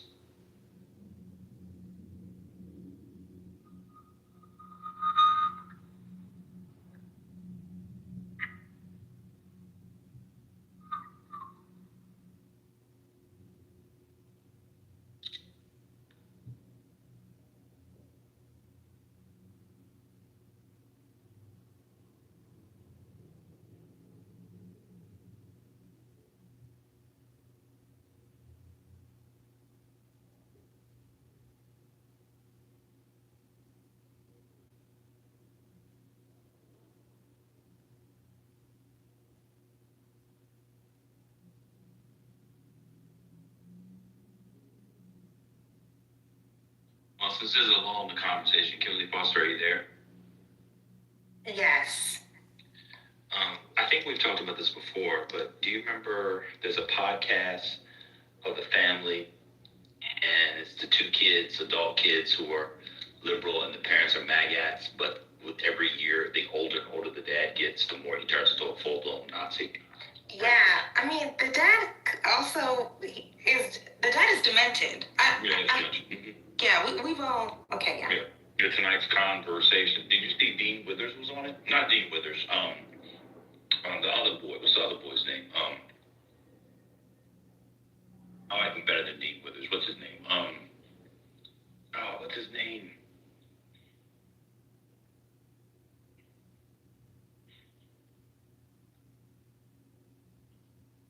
The other boy besides Dean Withers. I'm trying to pull it up. I see here. Is it not Parker? Not Adam Mock. Yeah, Parker Get a Job. Yeah, the Parker guy. Yeah, he was on it. The dad was saying, the problem with y'all liberals are dumb, and so far you're fucking stupid. And I know more than you. I'm 70 years old. He said, well, let's see. How many people are there in Congress? 425. And the guy said, that's close enough, 435. He said, how many continents are there? The dad goes, I don't know.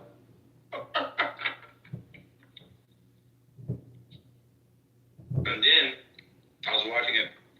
The dad was like, I'm a fucking Catholic. We don't use the Bible. I don't use no fucking Bible. That's what he said. That's what he said. Yeah. Catholics don't use, I said, oh my God. We never had the Bible. When I went to church, they didn't read from the Bible. The mother was like, yes, we did. What show is that? What's happening? It's this guy. It's this guy called, what's it called?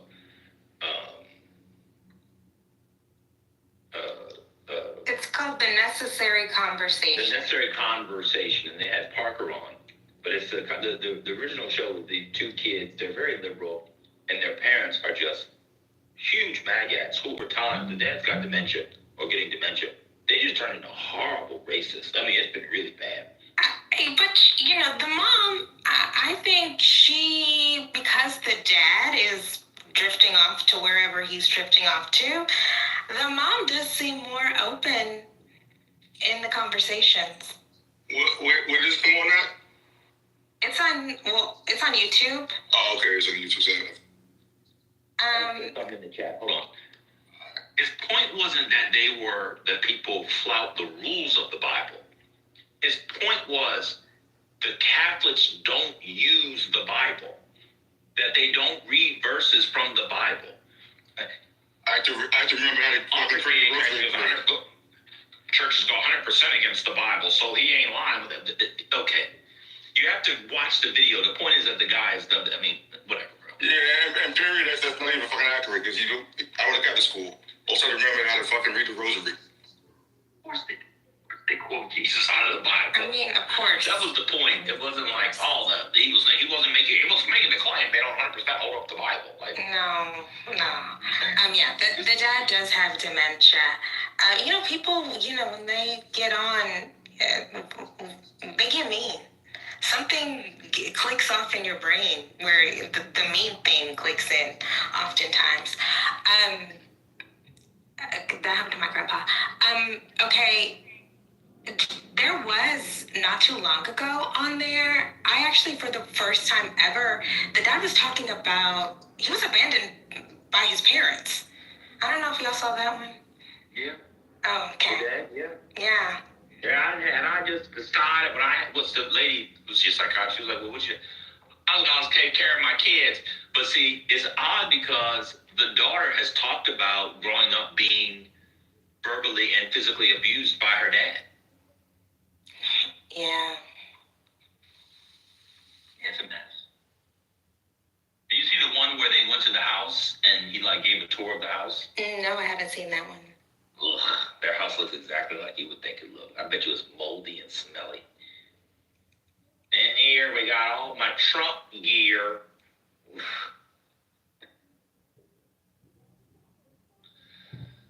Oh, God.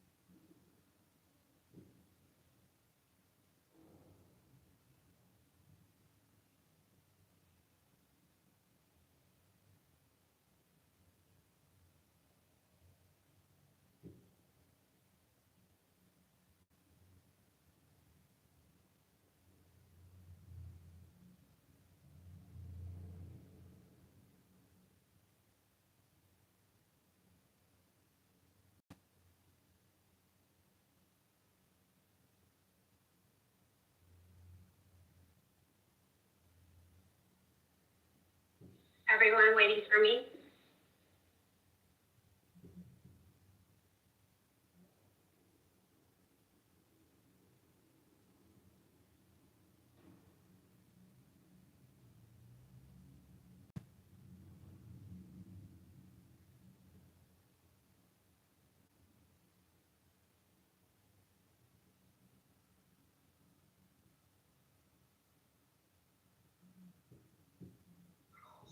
Anybody watching the Black and Jewish documentary? You watching the Kimberly Foster?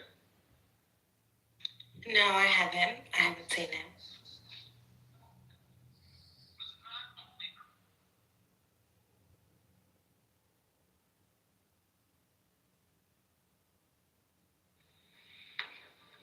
Hey everyone. I haven't seen it yet. How many episodes are there? On the third one. Oh, okay. You know what? That's on my list. I still have to watch that Tyra Banks documentary. And there's a new Roberto Clemente documentary on Prime. I'm interested in watching that.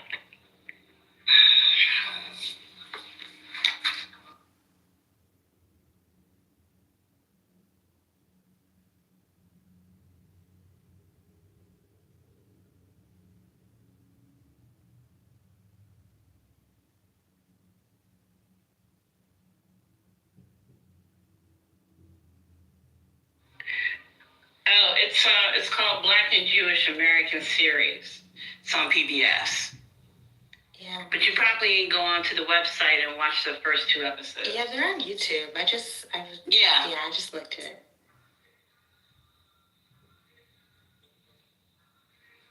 Yeah, what's interesting about it, much to the chagrin of the pro-blackers, is people like Jared Ball, is that when you get to the critique of Zionism and Israel, the documentary does not shy away from it. And it actually talks about it, as far as PBS documentary go, in a pretty nuanced, to use a Clubhouse word, way. I was gonna ask, wait, why have I heard? Because you were crashing and playing clips from it. Oh, okay. Yes, part 1. Yes, that's correct. You're correct.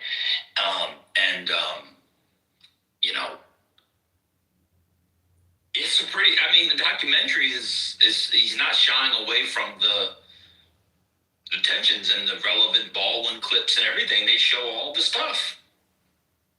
It's not bad.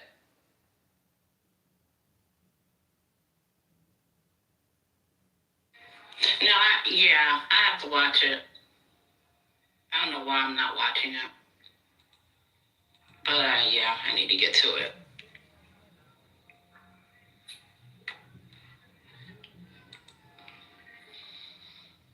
Oh, Ben, I have a question for you. Did you watch the video where I can't think of the first guy's name, but Torre and FD Signifier are talking about the Super Bowl halftime show? Did you see that? Mm-mm.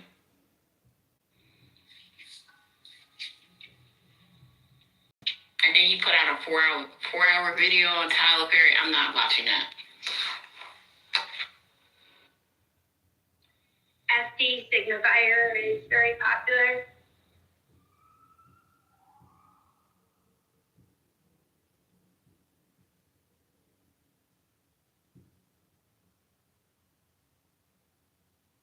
I learned about his YouTube channel from here, and when I went to go look at it, they were talking about Tyler Perry. I saw that he did something on Charlie Kirk. I wondered if it was worth my time.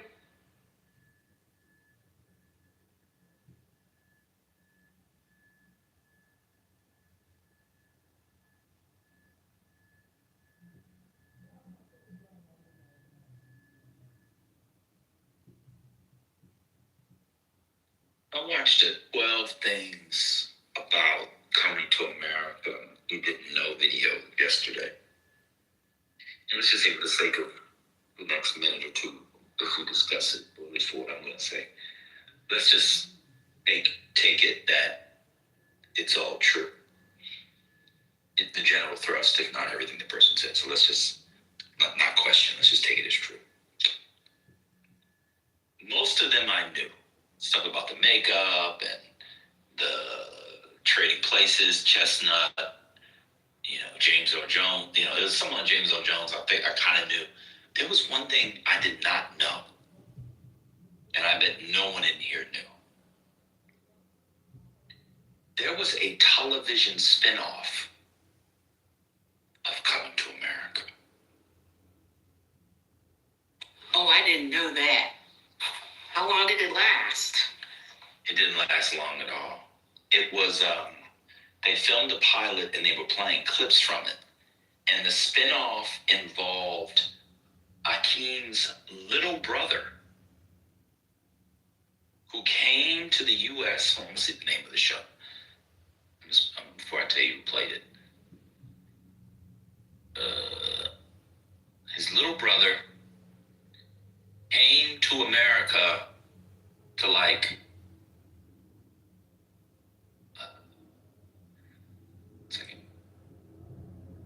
with OHA, and it was called Coming to America. The brother's name was Tariq, and the pilot aired as a special. And it was 1989, and it was Tommy Davidson played his little brother, and they showed parts of the clip. It is the worst thing you will ever see. I see why nobody bought it. Eddie Murphy was the executive producer. He had nothing to do with it. His name was on it. They said he didn't show up at set. He had nothing on it. It was Tommy Davidson, Prince 3 came to the U.S. with OHA. You remember OHA? She's your queen to be a queen. The guy that sings that. Came to America with him and lived with an American family. It was absolutely horrific. And you can watch it on YouTube. I watched it. Oh my! So it was just a pilot. Yeah, and they didn't sell it. It is atrocious. Yeah, I can see why no one bought it if it's as bad as you're saying. And I believe you, because if it wasn't bad, they would have tried to sell it. But yeah. But why would anyone want to think that people were looking for a series anyway?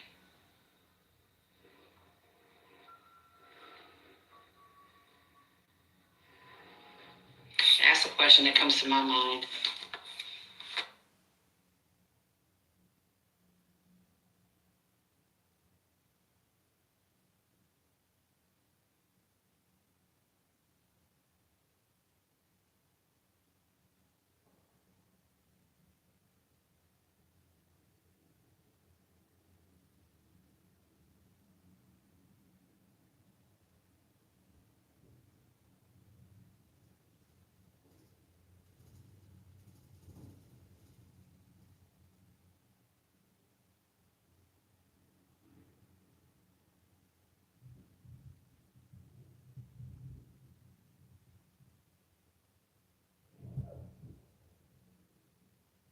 I think Hillary still has a chance of winning the primary.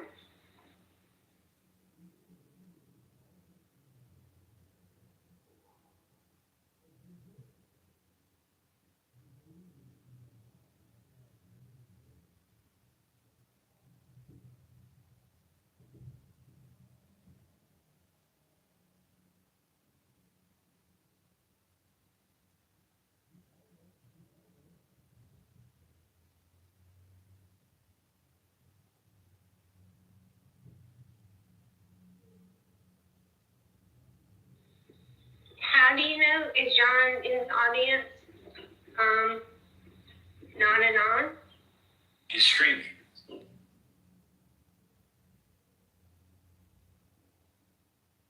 I usually have all of his accounts blocked. I wonder if he has a new one. Oh, and on maybe.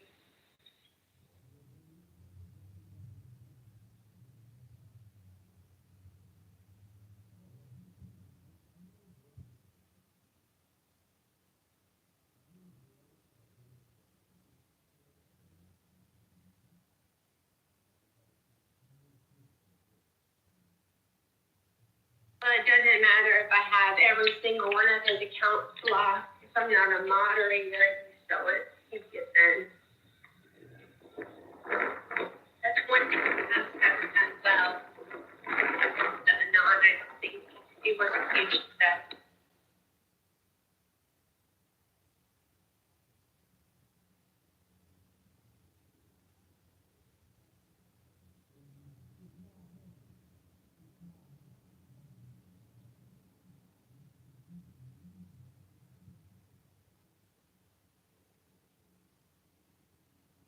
But then again, in Clubhouse, you probably shouldn't say anything you want to say on whether the room is being recorded or not.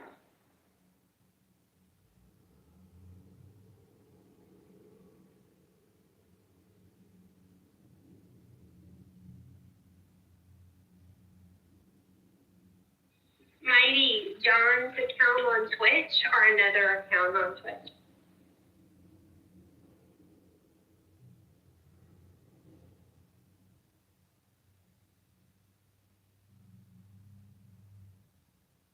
Do you have a link for us, Mikey?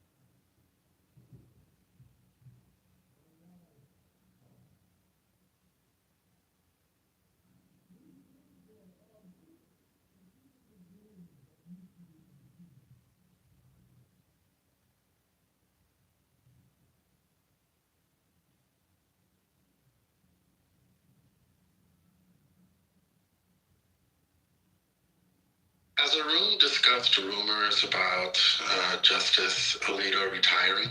I don't know if you guys have. Oh. Briefly mentioned.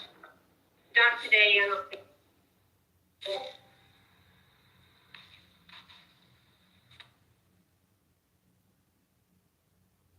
Were you saying something, Sherry? I didn't hear you. No. Oh. I just saying, no, I haven't heard any, but I haven't been in the space, but I did hear about the rumors. Yeah, I'm just looking articles. I started getting news pings earlier today about his possible retirement sometime before October. Let's see what the speculation says. So folks are saying that he's been on the court for 20 years. He has a memoir scheduled for release in October.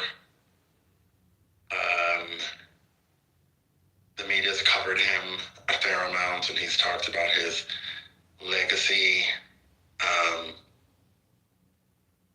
Some folks are saying that he might retire before the book is released so that he can avoid any conflicts between his duties as justice and his duties related to promoting the book. Let's see what else. Well, why would that be the case? The other two justices didn't have a problem when they put out their memoirs. Well, like I said, people analyze conflicts differently. I'm not saying I agree with that. I'm just saying that folks are saying that that's one reason he might step down before the book is published. It also depends on what he discusses in the book. You know, he might say things that he wouldn't want to say while he's on them. Let's see. Folks are also saying that if he retires before the midterms, that Republicans could try to replace him to preserve the court's current balance. And that it would be strategic for him to do so while the Senate is still under Republican control. Let's see what else. And that makes sense for them, Yeah, he's given interviews about his achievements. He's discussed the Dobbs decision, and he's also signaled his discontent with the way politics is currently discussed publicly. What else? Yeah, so I don't know. But we don't have to dwell on it. I just didn't know if you guys had discussed it at all. And he's one of the oldest people on the court, so it does make sense that he might step down soon. I wouldn't be happy about that because the last thing I want is another young right-wing justice. So there you have it. Yeah, there's 4 that are 70 plus, right? I believe. I don't know about that. I'm not saying you're wrong. I just. No, well, let me look, because I know Roberts is over 70. Sonia's over 70. Damn. Yeah, Alito and Thomas, they're all 70 plus. Who's the 4th person who's over 70? I didn't know that there were 4. Clarence Thomas is 77. Alito. Alito. Sonia Sotomayor is 71. And then Chief Justice Roberts is 71. Oh, okay. Well, Then it's 65, 61, 58, 55. And Amy bringing it in at 54.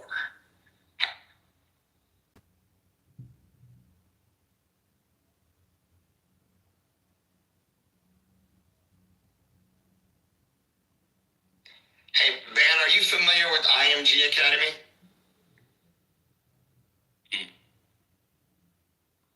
Was that affirmative or no? No. Oh, okay. The story won't mean much to you then. I thought you might be. It's one of those. Well, not one of. It's like the elite school for sports out of Florida. They started as a tennis school, but like they do every single sport now: soccer, football, everything. They just got in trouble because they were taking money from cartels, and they're investigating whether they were knowingly doing it. I guess the cartels were sending their kids there to play sports.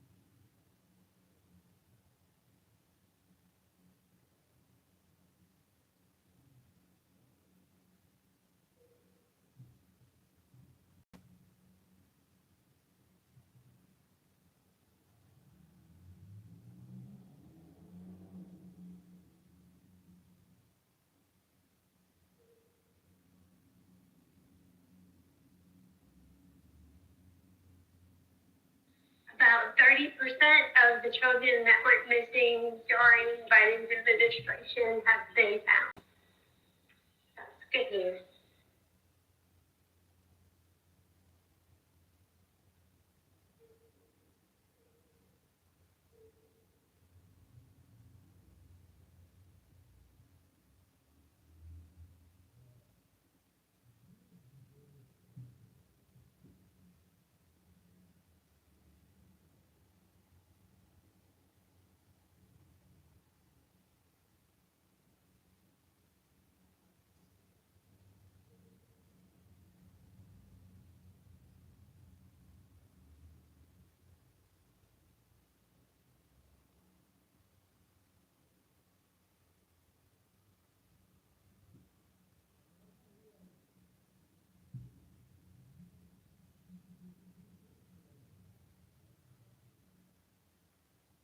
And in the chat is a link to the Telegram too.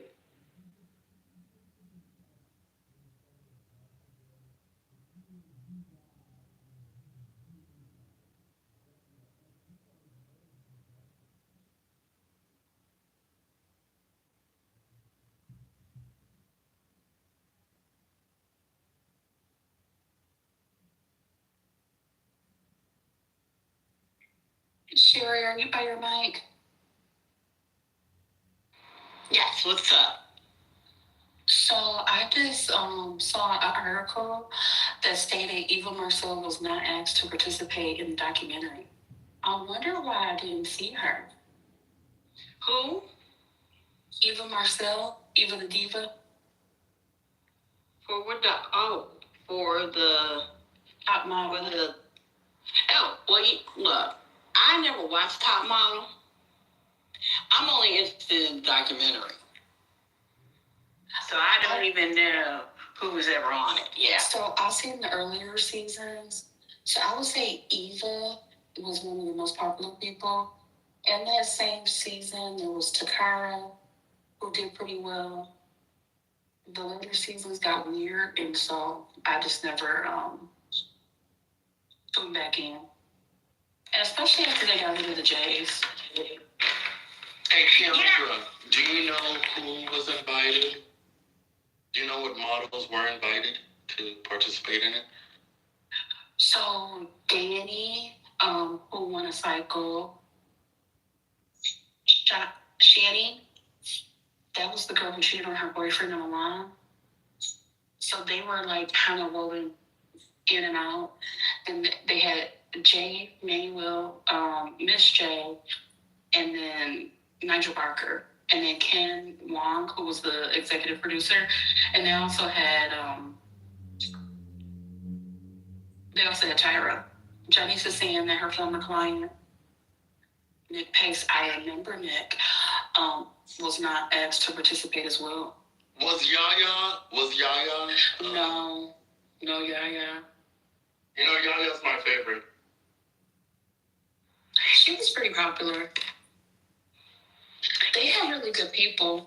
One thing that, like, looking back now, some of the things that they did to them were, like, absolutely horrifying. Remember the girl where they took her to the dentist? They gave the backstory behind that. And they basically said that she was there, like, all day, and then she still has lifelong problems. But they actually extracted teeth. I'm like, oh, my God. Yeah, you know what? I never watched the show, but I've always heard negative things about it, and I think it was only rumored then, but people at the time of the show was on air had issues with the show, so that's why I'm interested in watching the documentary. And I think the biggest critique right now is Tyra Banks and how she now looks. Since people have watched it, I have not yet. I think, how many episodes? Are there like 3 episodes? So I will be watching it to see what everyone is talking about. So I'm thinking about this I'm looking at it in the sense of pop culture. and look back at it. So that's why I'm interested in it. I wasn't sure why people were up in arms about the dental work recommended for that one model, because fashion modeling is it's a visual, it's an image conscious endeavor, and I'm not saying that I would have closed the gap in my teeth if told to, but if you're going to be obsessed with the world of high fashion and high fashion modeling, it doesn't make sense to me to want to throw away a lot of the things that come along with it. I mean, if you're told that your uniqueness is part of why they picked you, and then they tell you to totally deconstruct it, that's the thing. Like, that's an issue. It kind of tears you down. And I can speak from, a personal bias because I work with one of the runner-ups. So I know her backstory for how it all went down. What did they try to get your client to alter her appearance? Yeah. She has gorgeous, beautiful, thick hair. And they constantly talked about her hair and how it was a problem, and wanted her to perm it, to dye it. So she even colored it in different ways, and it fell out and went through all these different things. And then they didn't like her. They thought she was too top heavy. So when she made it to the final round, they kind of sabotaged her, and that's how she knew she wasn't going to win. Even though in all of the eliminations, the judges scored her high towards the end. She was like a favorite. Huh? Was her client black? Yeah. Okay. Yeah. Like the things that they said were unique and made her exotic, and were the things that they said set her apart in all of the eliminations. When it was time for her to go against the white girl, who ironically was also named Nicole, she knew by how they set up her station that she wasn't going to win, because the thing that she was normally given, so that like she had like a stunning walk, like Miss J liked her walk, but in order for her chest not to distract from her walk, she would like take down her boobs. And so in the elimination, she didn't have the tape for her boobs. They didn't give her the hair products that she normally had, and she has like biracial ethnic hair. They didn't give her that. They didn't give her the right makeup for her skin tone. Like, they totally sabotaged her, so she knew. She was like, I'm not going to win.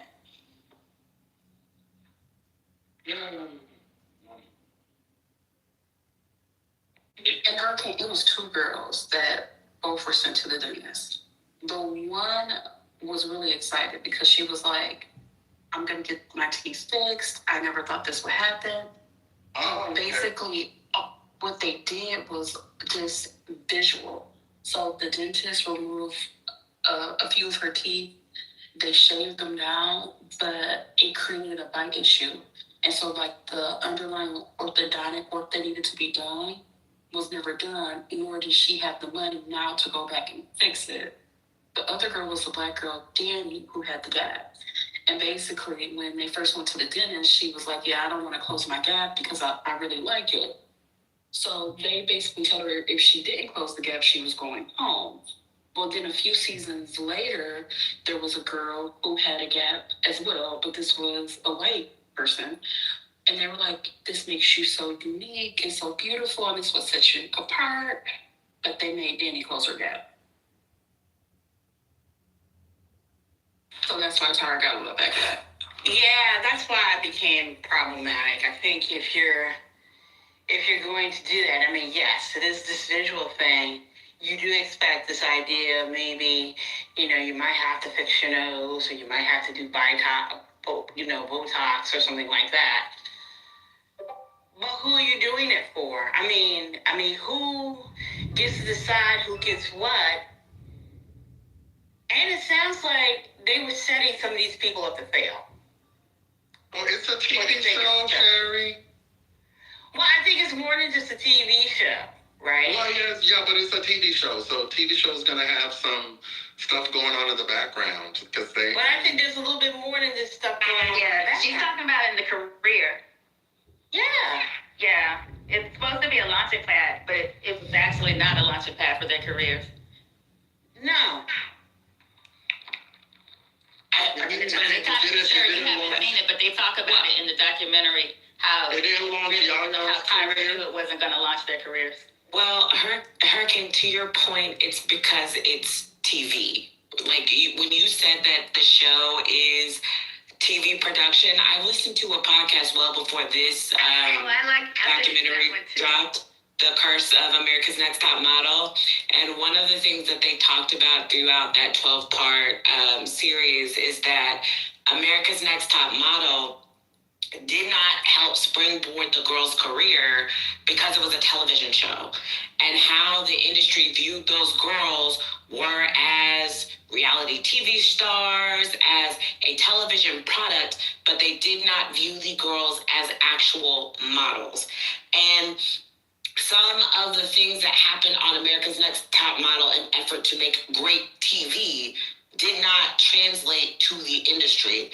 And in particular, with that being said, if you were on that show and you got a bad edit, you got the angry black girl edit, you got the difficult to work with edit, that did not translate well for you if you came out, and I don't know how many of them actually came out with photos in their portfolio that they were able to use from America's Next Top Model for the actual industry. Because I do think in that podcast, they did talk about how some of those pictures in that portfolio also did not translate when they went for interviews with agencies. Yeah, it's just like people who get on reality TV as opera singers and think that being on reality TV is going to help launch your operatic career. Please, they're delusional. The gatekeepers to the operatic industry are going to act the same way the gatekeepers to the modeling industry are going to act. They're not going to take you seriously because you're on TV. But it's not like that in music. So I think it's reasonable for people to expect it to make the assumption that it might be it could be similar to how it is in music, because not all of the winners in the reality music shows fail. Some of them go on to be successful. I said opera. But Hurricane, I think it got. I said opera. But I'm saying as reality shows go, and just. But Hurricane, I think it got better for the girls as it went on. I think for the early girls, it hurt them more than it helped. But like we got Winnie Harlow, we got Eva the Diva. Some of the other people, they had different careers versus like Adrienne Curry, who was season 1 winner. Like she married Peter Brady, and that's what we know her for, really. Do you think it's the industry then? Do you think that certain industries are more open to reality TV stars and competition participants than other industries are? Because maybe that's what it is. I don't know. I do. I think there's specific pipelines. Because there's specific pipelines, like how they set up, what the how they handle you afterwards, what the contracts are. Like I did some of the PR for the very first season of Sunday's Best. And if you look at Sunday's Best and like the first couple of seasons, the same producers that did Sunday's Best, American Idol, like how they set them up on the back end, like all of that's baked in. And they go through like the mentoring and the tutoring and stuff. They don't show them like at home and doing all of the reality stuff, like the real world type of stuff. They don't show all of that too. Also because they want to, those labels are invested in what they do on the back end with the winner. So I do think it depends on the industry. Yeah, that makes sense to me. That it's industry specific. I don't. Chris know about the industry of opera, because there are a few reality competition participants who've been opera singers, and they thought that getting on TV and then the whole opera thing was going to translate to careers, and it didn't. It actually hurt them, because the operatic industry is very shady. And it requires people to demonstrate a certain seriousness and commitment to the art form, which they credit only if you show interest and commit interest in certain ways. So certain activities signal serious interest and commitment, and others don't. And one activity that doesn't signal serious interest and commitment in the eyes of the opera industry execs is reality TV. They don't take that shit seriously at all. I'm not saying that they're right to do that, but I'm just saying that's how it shakes out. But maybe things are changing. You know, the world has changed a lot since social media became popular, and I think with COVID, and which forced people to use social media to promote themselves in ways that they had not done before. I know an opera singer who picked her career into second gear by starting a performance series on YouTube. It was called the Purple Robe series, and every day for 30 days, she would post a video of her in a purple robe at her house in a closed room singing a song. Most of the time, it was, for most of the performances, she sang operatic arias. Sometimes she did duets. Sometimes she sang pop music. Sometimes she sang standards. Sometimes she sang oldies. But it was always in a purple robe, and it was usually a cappella. And by doing that, she got opera houses interested in her again, and she got a few gigs from it. So her career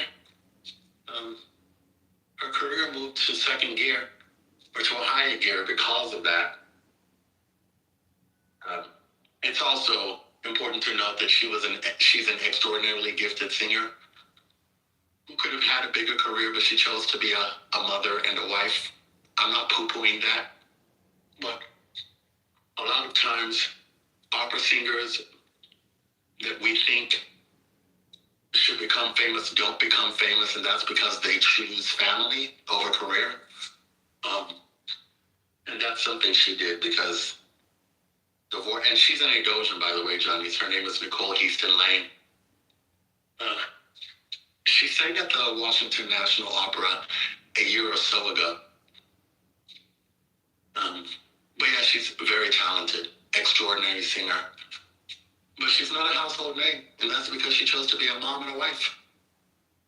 She didn't want to have au pairs and nannies raise her kids. She wanted to be a mother. So she didn't travel much at a time that she could have been traveling and performing all over the world. So, you know, it happens that way sometimes. I would say, though, for the America's Next Top Model, I call it a mixed bag of things, if only because I think that most of the girls who got famous from the show were not famous because of modeling. Afterwards, I think the only one you could maybe give that to would be Winnie. Outside of that, the other girls, it's mostly like acting and other endeavors. But but for the time when the show first came out, like 2003, and in the mid 2000s, I think for a lot of the young girls who went on the show, because these girls were 18, 19, 20, 21, there was the thought of the promise of this launching their career and all of the hope regarding that, versus, you know, all these years later, we're so deep into reality TV culture, we kind of know what it is. And then on top of that, I think some of the changes regarding industries shifting, like pre-COVID, pre the rise of the influencer on TikTok and Instagram and other places, a lot of these spaces were gate kept from people who were on reality TV, from people who were on the internet and were just internet famous. Post-COVID, with the rise of the influencer, you do have a lot of people who, if your name is hot, if you were a second runner-up on a popular TV show, if you were the winner of a popular TV show, you might get an invite to New York Fashion Week. You might get an invite to Paris Fashion Week. Depending on your measurements, you could walk. You might get model opportunities for spreads and magazines. And so the way things are changing within some of the industries it's interesting, but as it relates to ATM, it's just a mixed bag.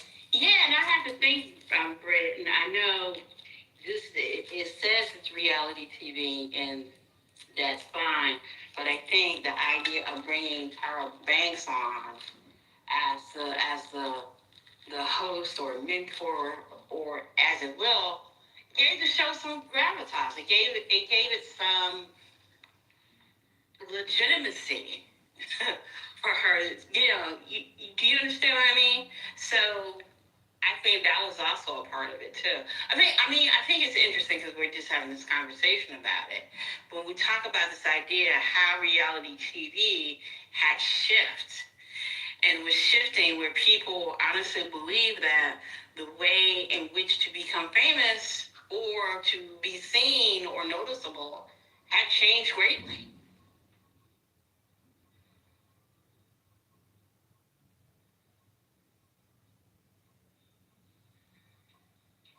That's the part I'm interested in. And that's the part that I'm thinking about.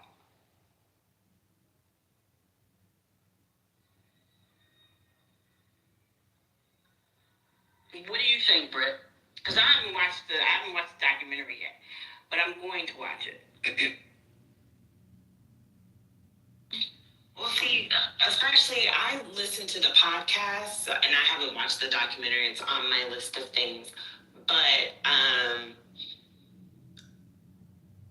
like when you hear on the podcast, a lot of it was, this was Tyra's baby, it was Tyra's brainchild, it was what Tyra wanted to do, and Tyra, like, thinking of ways and effort to be the change that she wanted to see in the modeling industry, given her body type, given her race, given a lot of the things that she had to deal with, coming in and being able to create a space for all types of women to be in the industry. And then you get Ken Mock, and then as for me, when I was listening to the podcast, as things go on, you just begin to hear that, like, that was the original thought, and it was a great, noble thought, but this is reality TV.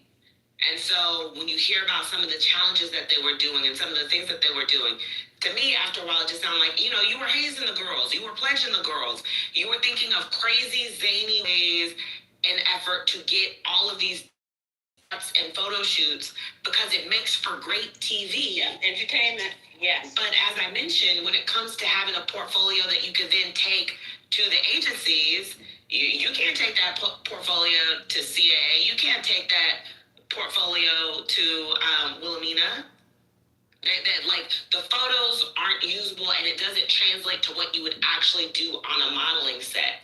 So it was one of those things. Tyra's involvement definitely gave a level of legitimacy of, she's a top model. She walked you know, in Europe. She walked in New York. She's also a Victoria's Secret model. This is coming off on the back end of her career as a model and into her transition. But, you know, it just... That's right. You see, I'm trying to figure out the timeline. Does she still have her talk show? This was the early stuff. The talk show was after. Okay. Some of it. But what I wanted to say that in the early cycles, there were more opportunity for them in the modeling space, and the if you knew how to hit the ground running, how they made you sign the contracts. So even if you got eliminated, you could not do anything until after the finale aired. But what I was able to do with my client is because my client had friends who knew that she had not been eliminated yet, and they kind of secretly pulled together people to kind of help her. So we knew as her season was airing what we had to line up so that as soon as she got eliminated in the finale, we could like hit the ground running with like press release and stuff. So by the time she got eliminated, I was able to make phone calls, and we had her doing like guest appearances, walkthroughs, red carpets. She had an Essence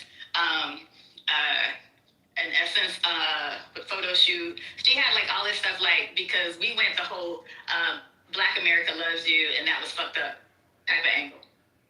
Because everybody thought she was gonna win, and she didn't win.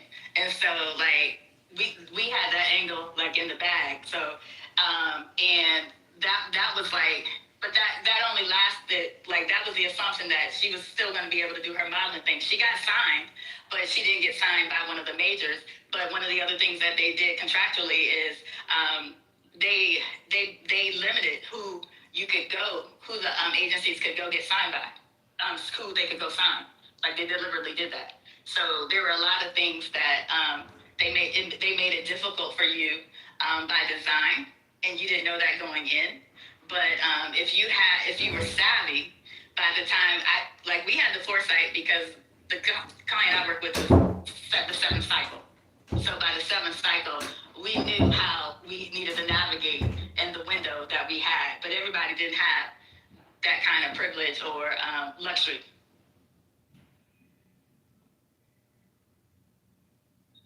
And just to clarify the point that you made about the photo shoots, one of the photo shoots that they did had the models dress and act as homeless people. And for the extras, they actually went and got homeless people to be in the photo shoot. Like, who cleared that? That's so weird. I mean, on the podcast, they had a whole episode dedicated to her crazy, wacky, zany race mixing days, where she had all the girls, you know, do a little yellow face, do a little black face, do a little white face doesn't exist, but she'd have them like switch racial casts and do pictures. She had a few photo shoots where the girls were like having to do something like crazy physical, where they were trying to get shots and it was dangerous. They just did a lot and effort, like, because it just made for good TV. Like, it basically how I feel like sometimes with like Survivor or some of those like competition shows where they think, what kind of crazy challenge can we cook up for these contestants to do? And then they sit at a round table and cook something up. That's what they did with some of those photo shoots for those girls. Yeah, it was like Fear Factor. That's how you got the one picture with Eva with the tarantula on her hand, which was a very pretty picture. But they talk about the photo shoots in the Netflix show too. Yeah, I mean, that's fun. Britt, what's the name of the podcast that you listen to? It's called The Curse of America's Next Top Model. I'll put the Apple Podcast link and the Spotify link in the chat. Just give me a second. Oh, thank you, because I think I will listen to it. The Yeah, title is wild. It is wild. Sherry, did you watch the documentary? No, I haven't watched it yet. I'm going to watch it. I'm going to watch that documentary. I'm going to watch the Black and Jewish documentary. I'm going to watch that too. I'm also going to watch the new documentary on Roberto Clemente from a person that does not watch baseball often. Yes, because I'm interested in it. Yeah, the next top model one was wild to me. I didn't know that it went through all. Yes, if you didn't know a lot they had gone through, the vaccines, we were busy being entertained. They said that they would intentionally manipulate like their living conditions too. So like something about they had a set budget, they had to take care of their own food, and if they went out, it was on their own dime. But then they would do things like set the temperature on the thermostat up because the butter makes them more angry.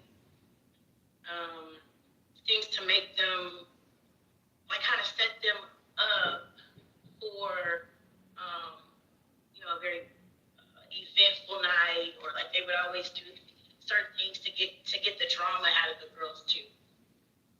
That was pretty trifling.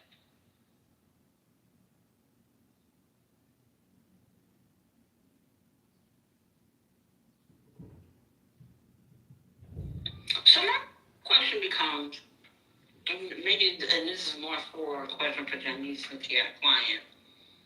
How much were the contestants on the show were aware of what they were getting into? I know for the earlier ones, they may have been less aware than the ones later. I missed the first part of your question. I hit a dip. How much were they aware about what was going to happen when they got on the show? What do you mean by aware? You mean the challenges? Yeah. For the eliminations, the modeling challenge? They weren't. Yes. They knew what was gonna happen when they showed up to the elimination. I mean to the challenge. Mm-hmm. Oh, okay.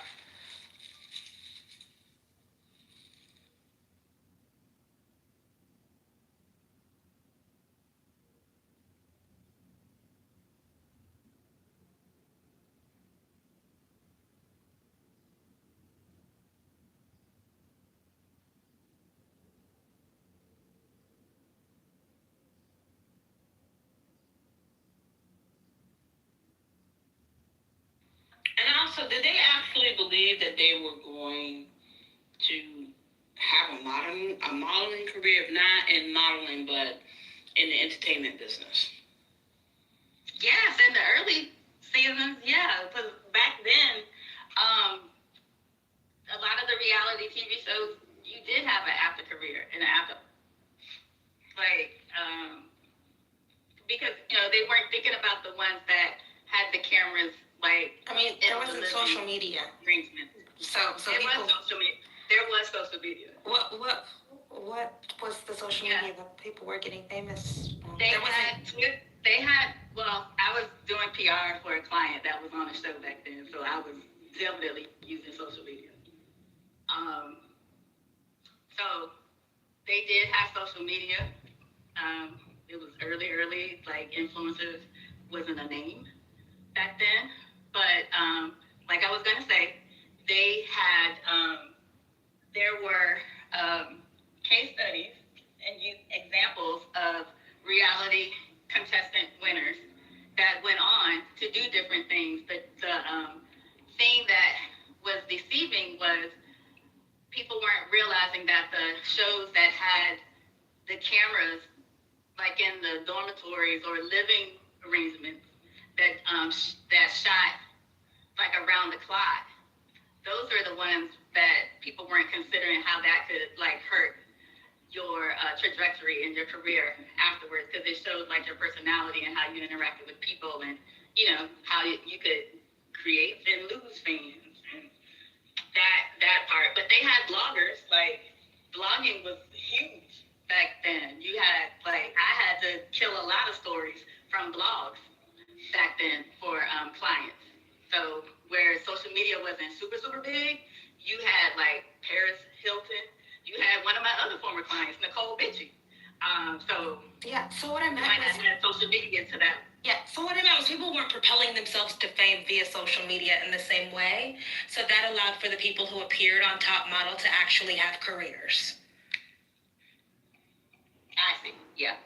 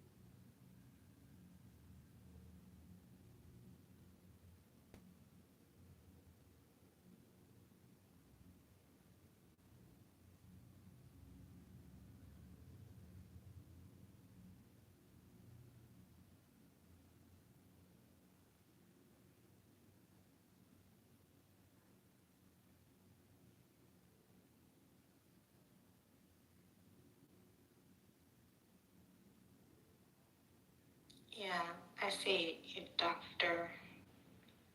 I had my first Twitter account in 2009, but there's a reason why, we still have Eva, and I don't know where Takara is, but she was like a person, and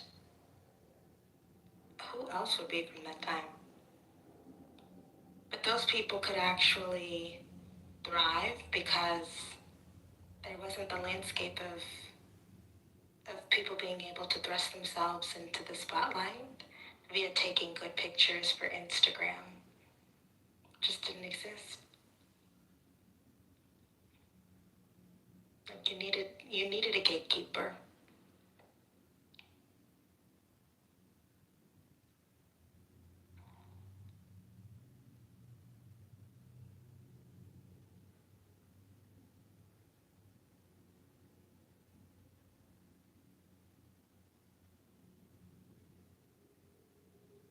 But yeah, Tyra's not beating the allegations.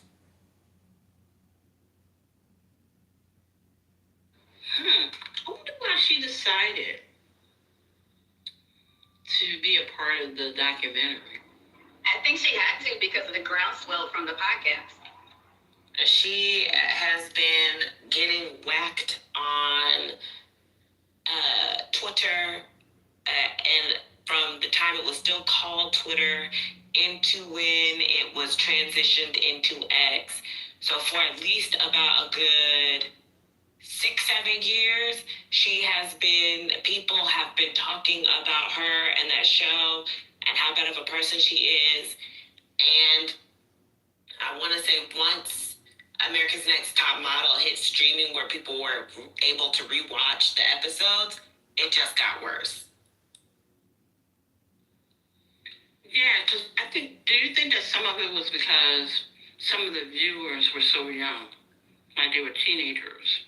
I think it's a mix between young people, Gen Z, who they were like, for all intents and terms, like fetuses when it first dropped in 2003. Mm-hmm.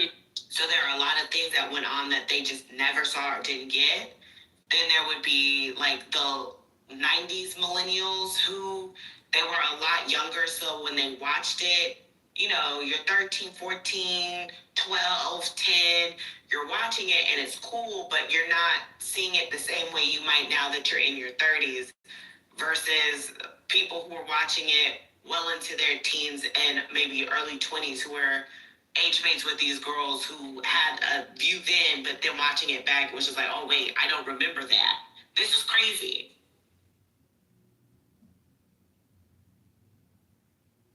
I think streaming also feels like a rewatch culture where there's the people who missed it the first time, right? Like the young millennials and the old Gen Zs, and they had grown up in the in the context of wokeness, right? Like post Obama wokeness, and so we were talking about body positivity, which was not on that show. And we were talking about being problematic and cultural sensitivity and like all of those were those conversations that they were acculturated into, from adolescence. And then there are people who are my age that like were having their woke awakening. It's like there's like you look back and you're like, oh, that was fucked up. Like, oh yeah, it was fucked up that like you body shamed that girl because she was a size 8. Like, oh wow, like that was fucked up that you said that about her BDBs or her nappy hair. You know what I mean? Like, there's these two generational cohorts that like came together to be like, Tyra, you're problematic. Even though I am a Tyra apologist, I am, but she just. She gets it from up and down the age spectrum. I mean, some of the most egregious stuff, the whole thing with the teeth, I could not believe that was happening. And then, of course, like was it the murder scene or the death scene photo shoot? I mean, that would obviously never happen today, but holy. Oh, were you new to? Did you watch it?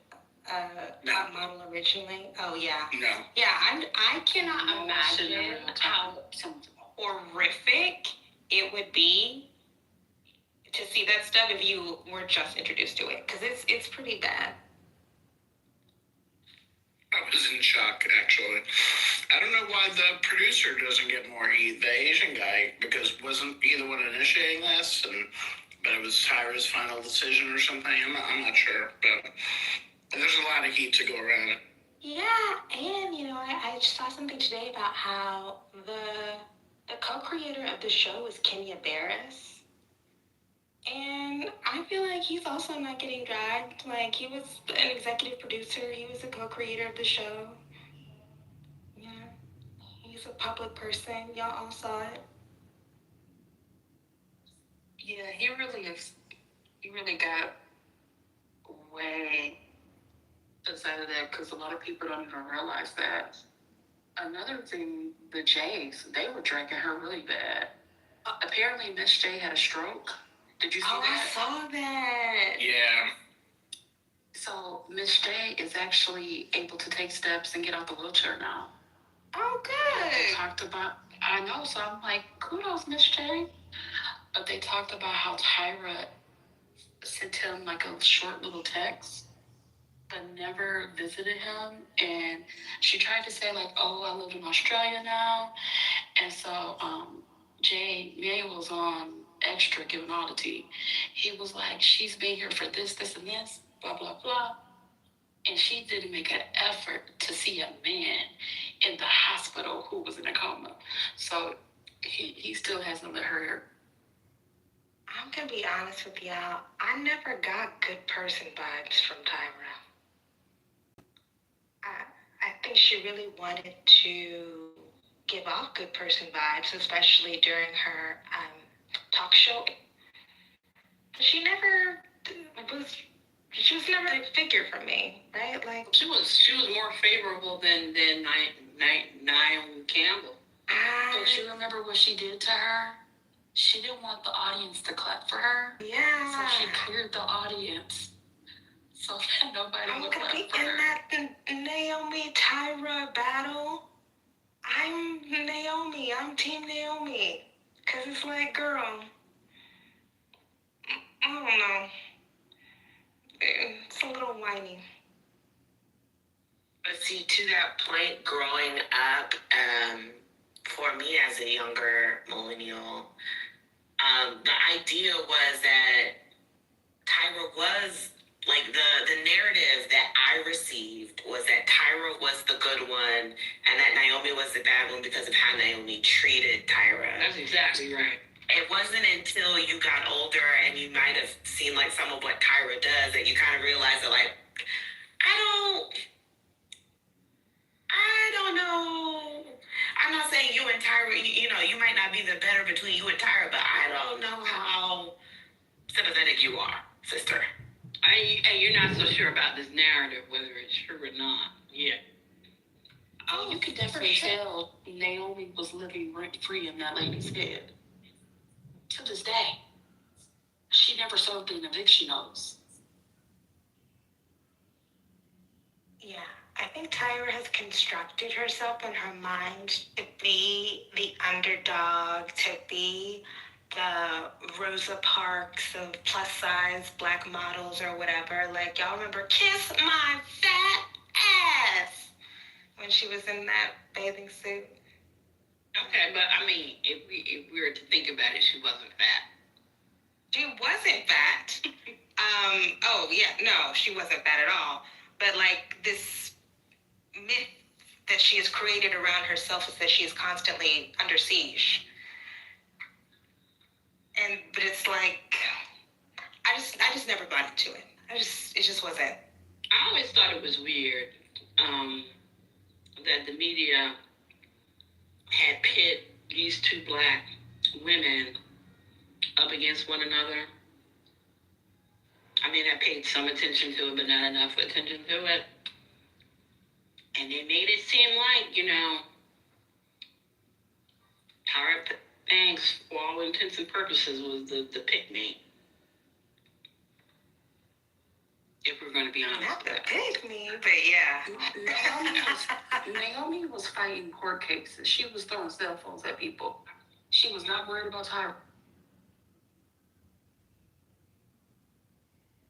You guys don't think that the truth is somewhere in the middle? Oh, for sure. I mean, Naomi's not an angel. Oh, no. I like Naomi Campbell because she is mean, but she owns it. I mean, I'm team, so let me be clear, I'm team Naomi too all day, always have been. But I never thought that Tyra's issues with Naomi Campbell were entirely Tyra's fabrication. I believe that Naomi did do some things that did hurt Tyra. I also do believe that Tyra is a hypersensitive person who lives in her head too much, and that can cause for the person.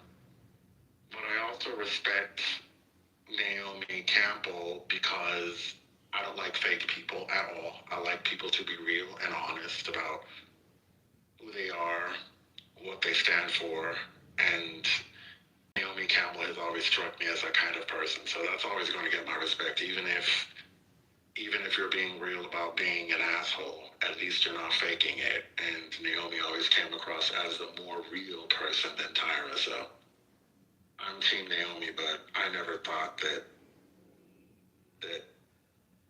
Tyra's issues were just made up by Tyra. I did think that Naomi did do some shady shit, but you know, Naomi had her own shit going on. I mean, granted, there were black supermodels before her, but she was a pioneer in many ways, and I've always tried to give space and grace to pioneers because it's not easy being a pioneer. And so, for me, what I was trying to get to is not that Tyra misrepresents what happened between her and Naomi, or that it's a lie. So much so that, like, part of Tyra's lore, her core narrative that comes out about who she is in part her struggles with Naomi. that paint her in a very particular way to make her more sympathetic. And as you view her outside of all of that, it just, for me, becomes one of those things where it's just like, I think you rely on that in effort to give off more of an appearance of like the battle of good versus evil and all of these other type of things and sometimes that might obscure the fact that you are also problematic and that you also have things about you. But like, you know, you always paint yourself as the victim versus, you know, just you are who you are. That's what. Yeah, I agree. I think it's totally okay to be mean if you're excellent. But also, I think Naomi's road was tougher. I think she just she was dark skinned.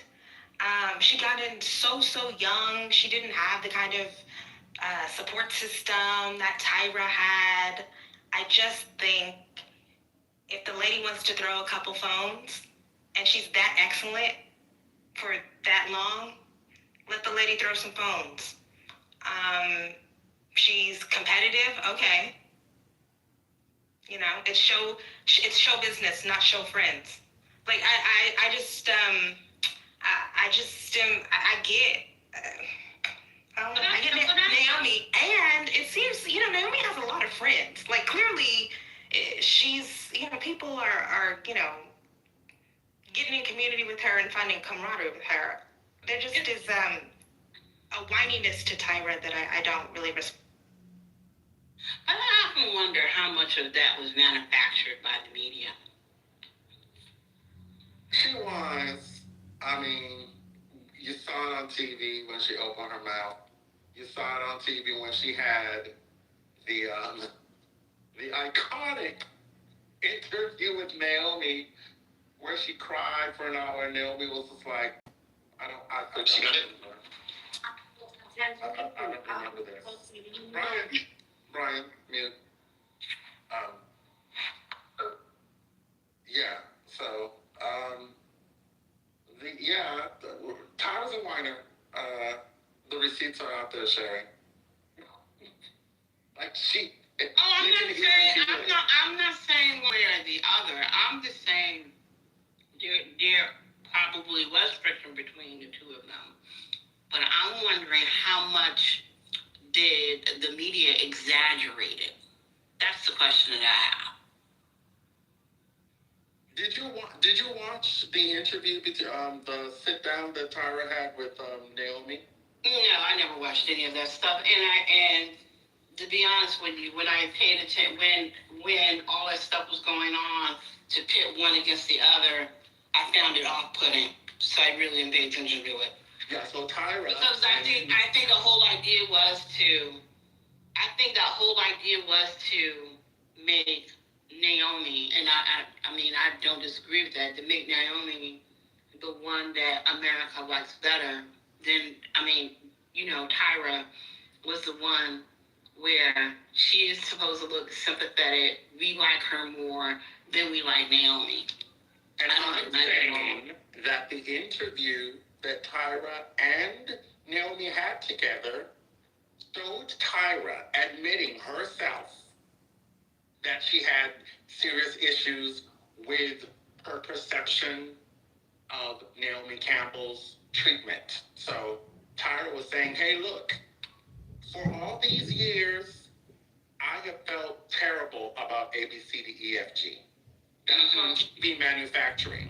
That's Tyra saying that she had carried pain for a very long time, based in part on some things that Naomi Campbell did, and based in part on some things that she believed Naomi Campbell had done.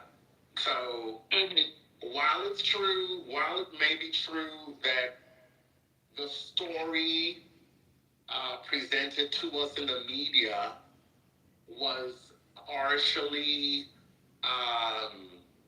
was in some way exaggerated by the media, it's also true that there were problems between the two and Tyra, and Tyra admitted to that. So yeah, I don't disagree, but I don't disagree with that. I don't disagree with you with that. Not at all.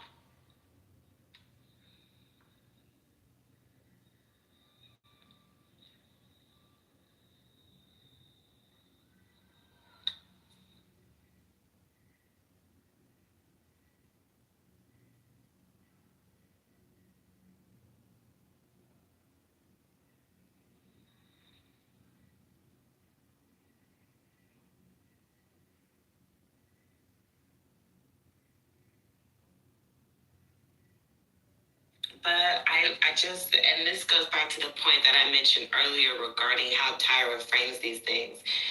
I think that then it also just makes it interesting given her television show, her that talk show that she did, sitting across from Naomi, trying to tell Naomi Tyra's experience with Naomi, trying to get some sort of accountability or something from her, some acknowledgement. Does she really get that? Then to turn around in this space where her TV show is what her TV show is, there's documentaries and other things out, podcasts out about your show. There are all of these different former contestants speaking about their experience and how bad it was and some of the things that they went through. And are you, I don't want to use it, but like, are you accountable? Do you even see that? How do you then act? Well, you kind of react to it the same way Naomi reacted to you. That's right. So it's not necessary. So it's not necessarily this idea of did Naomi do the things to, like, for me, it's never that. It's so much of you've put yourself and you've painted yourself via Naomi in such a corner about who you are at your core identity that when you are faced with the fact that who you think you are is not who you actually are, at least to other people, you can't handle it. That's right. And now she doesn't, and at this moment, she doesn't have a Naomi Campbell to pit up against, right? So it's just now her and her actions and what she did on that show. And now people are finally seeing that the narrative that was put out years earlier is not necessarily so. Right? Or at least to say that the narrative is a lot more complicated and convoluted than we believed. I mean, she put Naomi on her show to further her brand and make herself look better. The idea of putting her on that show to say, you know, I want her to be accountable, and that way now everyone can see I can be the better person. And then at this point, Campbell no longer cares. It was like, okay, whatever. I'm done and I'm over it. And I'm going to be all right. I think there is something to be said that Tyra built her career was built on the idea of being pitted against Naomi Campbell.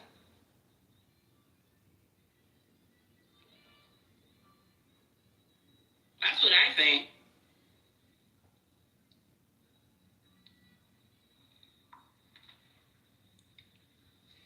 And she was more than willing to play that role and to accept it.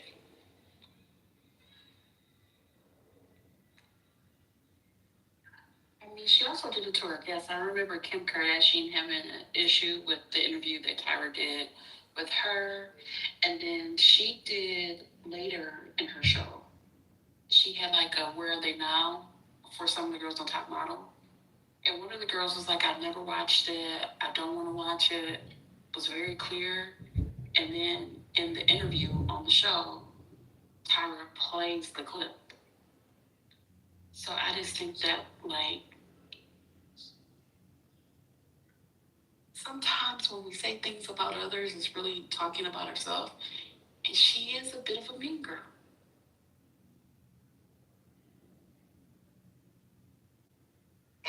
Tyra? Yeah. Oh yeah, for sure.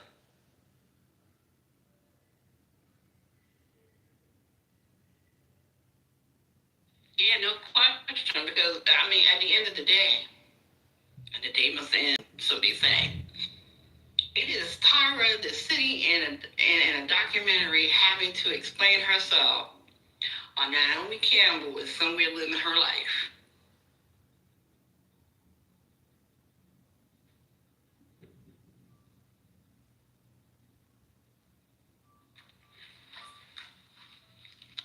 But I really do think she was a part of it because she was trying to spin a narrative.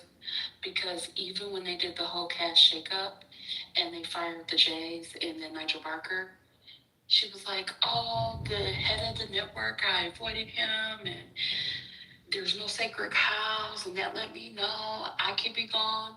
And eventually they did fire her and they replaced her with Rita Ora, but by that time nobody watched the show.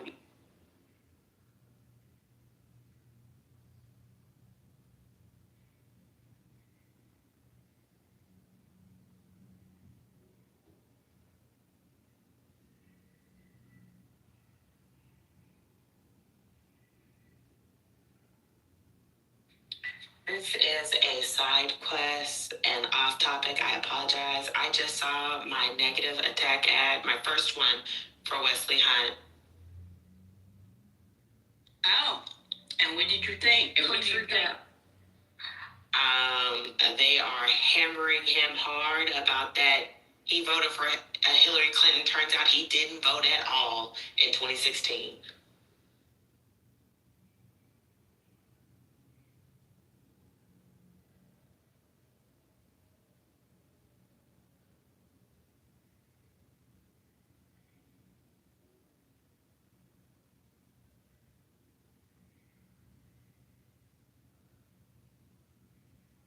The ending of it was nasty. They said he backed Hillary, abandoned Trump, and is bad for Texas, and that Texans deserve better than fake MAGA Wesley Hunt.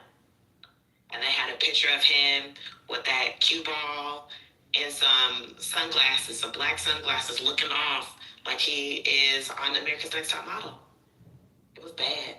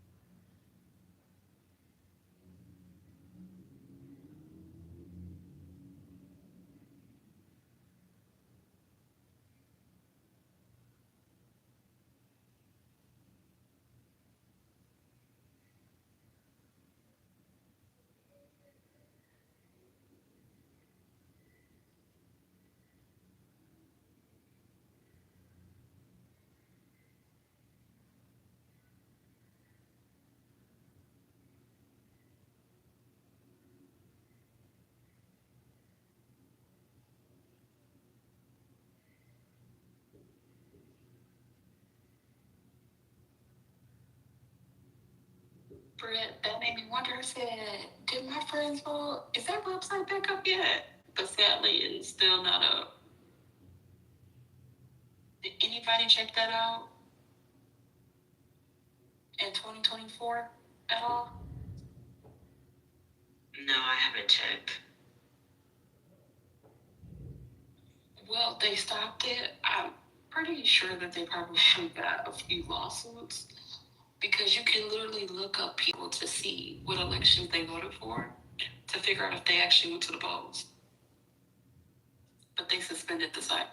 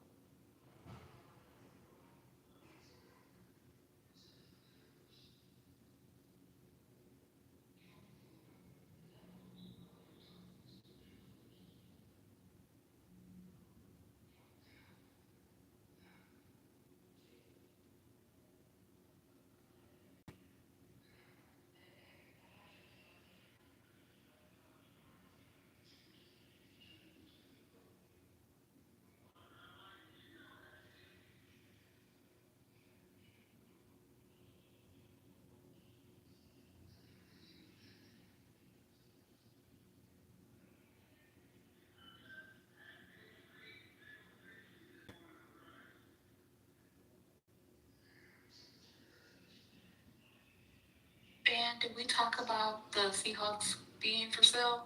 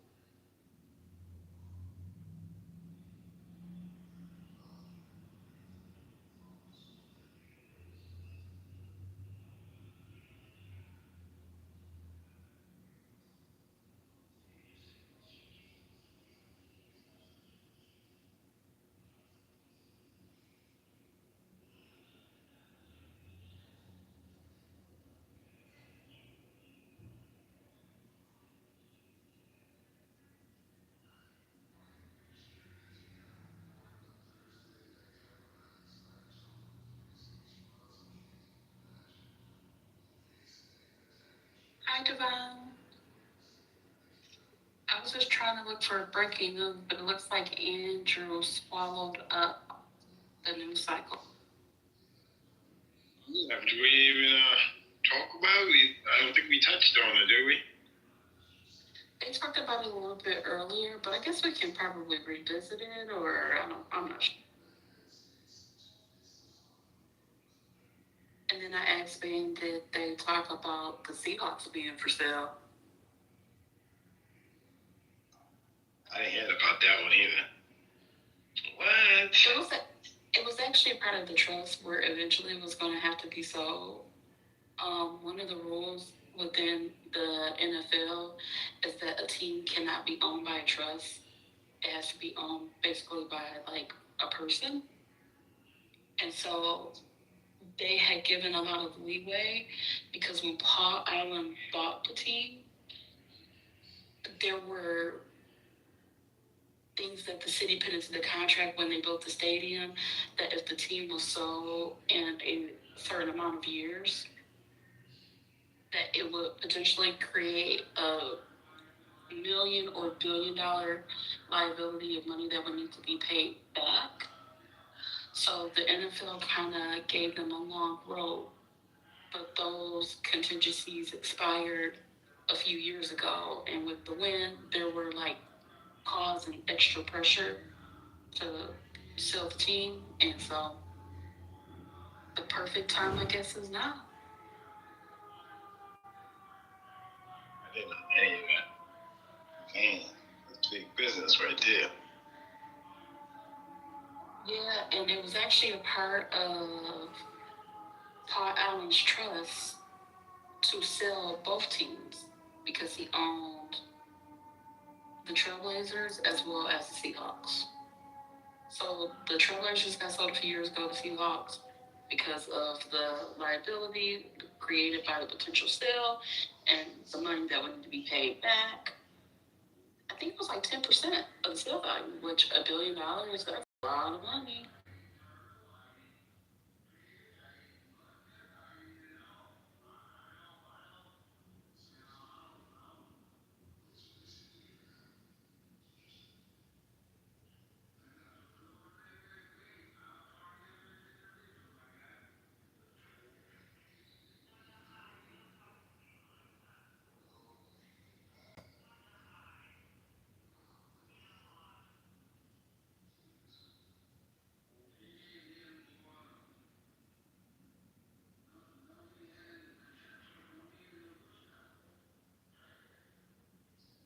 Go ahead and turn up the hand raising. Anybody wants to come up? I know TT's working. I'm kind of working. Anybody can come up. That's not going to shock the fool, because I know for some reason when that happens and the gates open, I just have to remove you from the room. I can't put you back in the audience. So again, the stage is open. Anybody wants to come up and talk? So.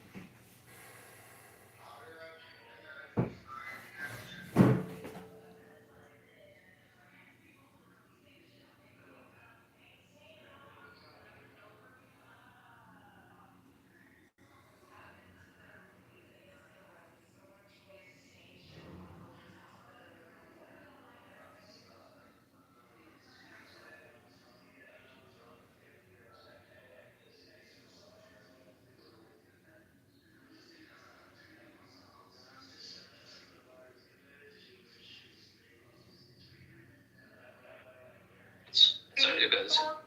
Okay, yeah, sorry, I was just making sure, because the app's been glitching, so I wasn't sure. I feel like if you do, like, your due diligence to remove your, organ, like, you can come in the bathroom with me. Like, if you don't have a dong anymore, okay, I should use better words. But if you don't have a penis anymore, come on. Yeah, like, you went all the way to that extent, come right on in. But the one thing that I'm not sure about suitability that I need to think about and research is what you said about, like, sports and stuff. I don't know about that one yet. I have to know more. It might be a good point that you're making. I'm not sure. Yeah, so the sports one, ironically, has been the most visible aspect of the whole, like, trans, versus no against trans battle. I think that for years, like in the past several years, maybe past 10 years or so, the whole argument and battle was kind of happening under the radar because, it was mostly about bathrooms, it was about, like, other things. It wasn't really until it started to lead to sporting conflicts that suddenly the general public really became, like, super aware of the whole thing. But the popular examples are, for example, the Leah Thomas one. Leah Thomas is a swimmer for, I think, Penn. Somebody correct me. Is it Penn State? Penn University? Penn State. And he was a male swimmer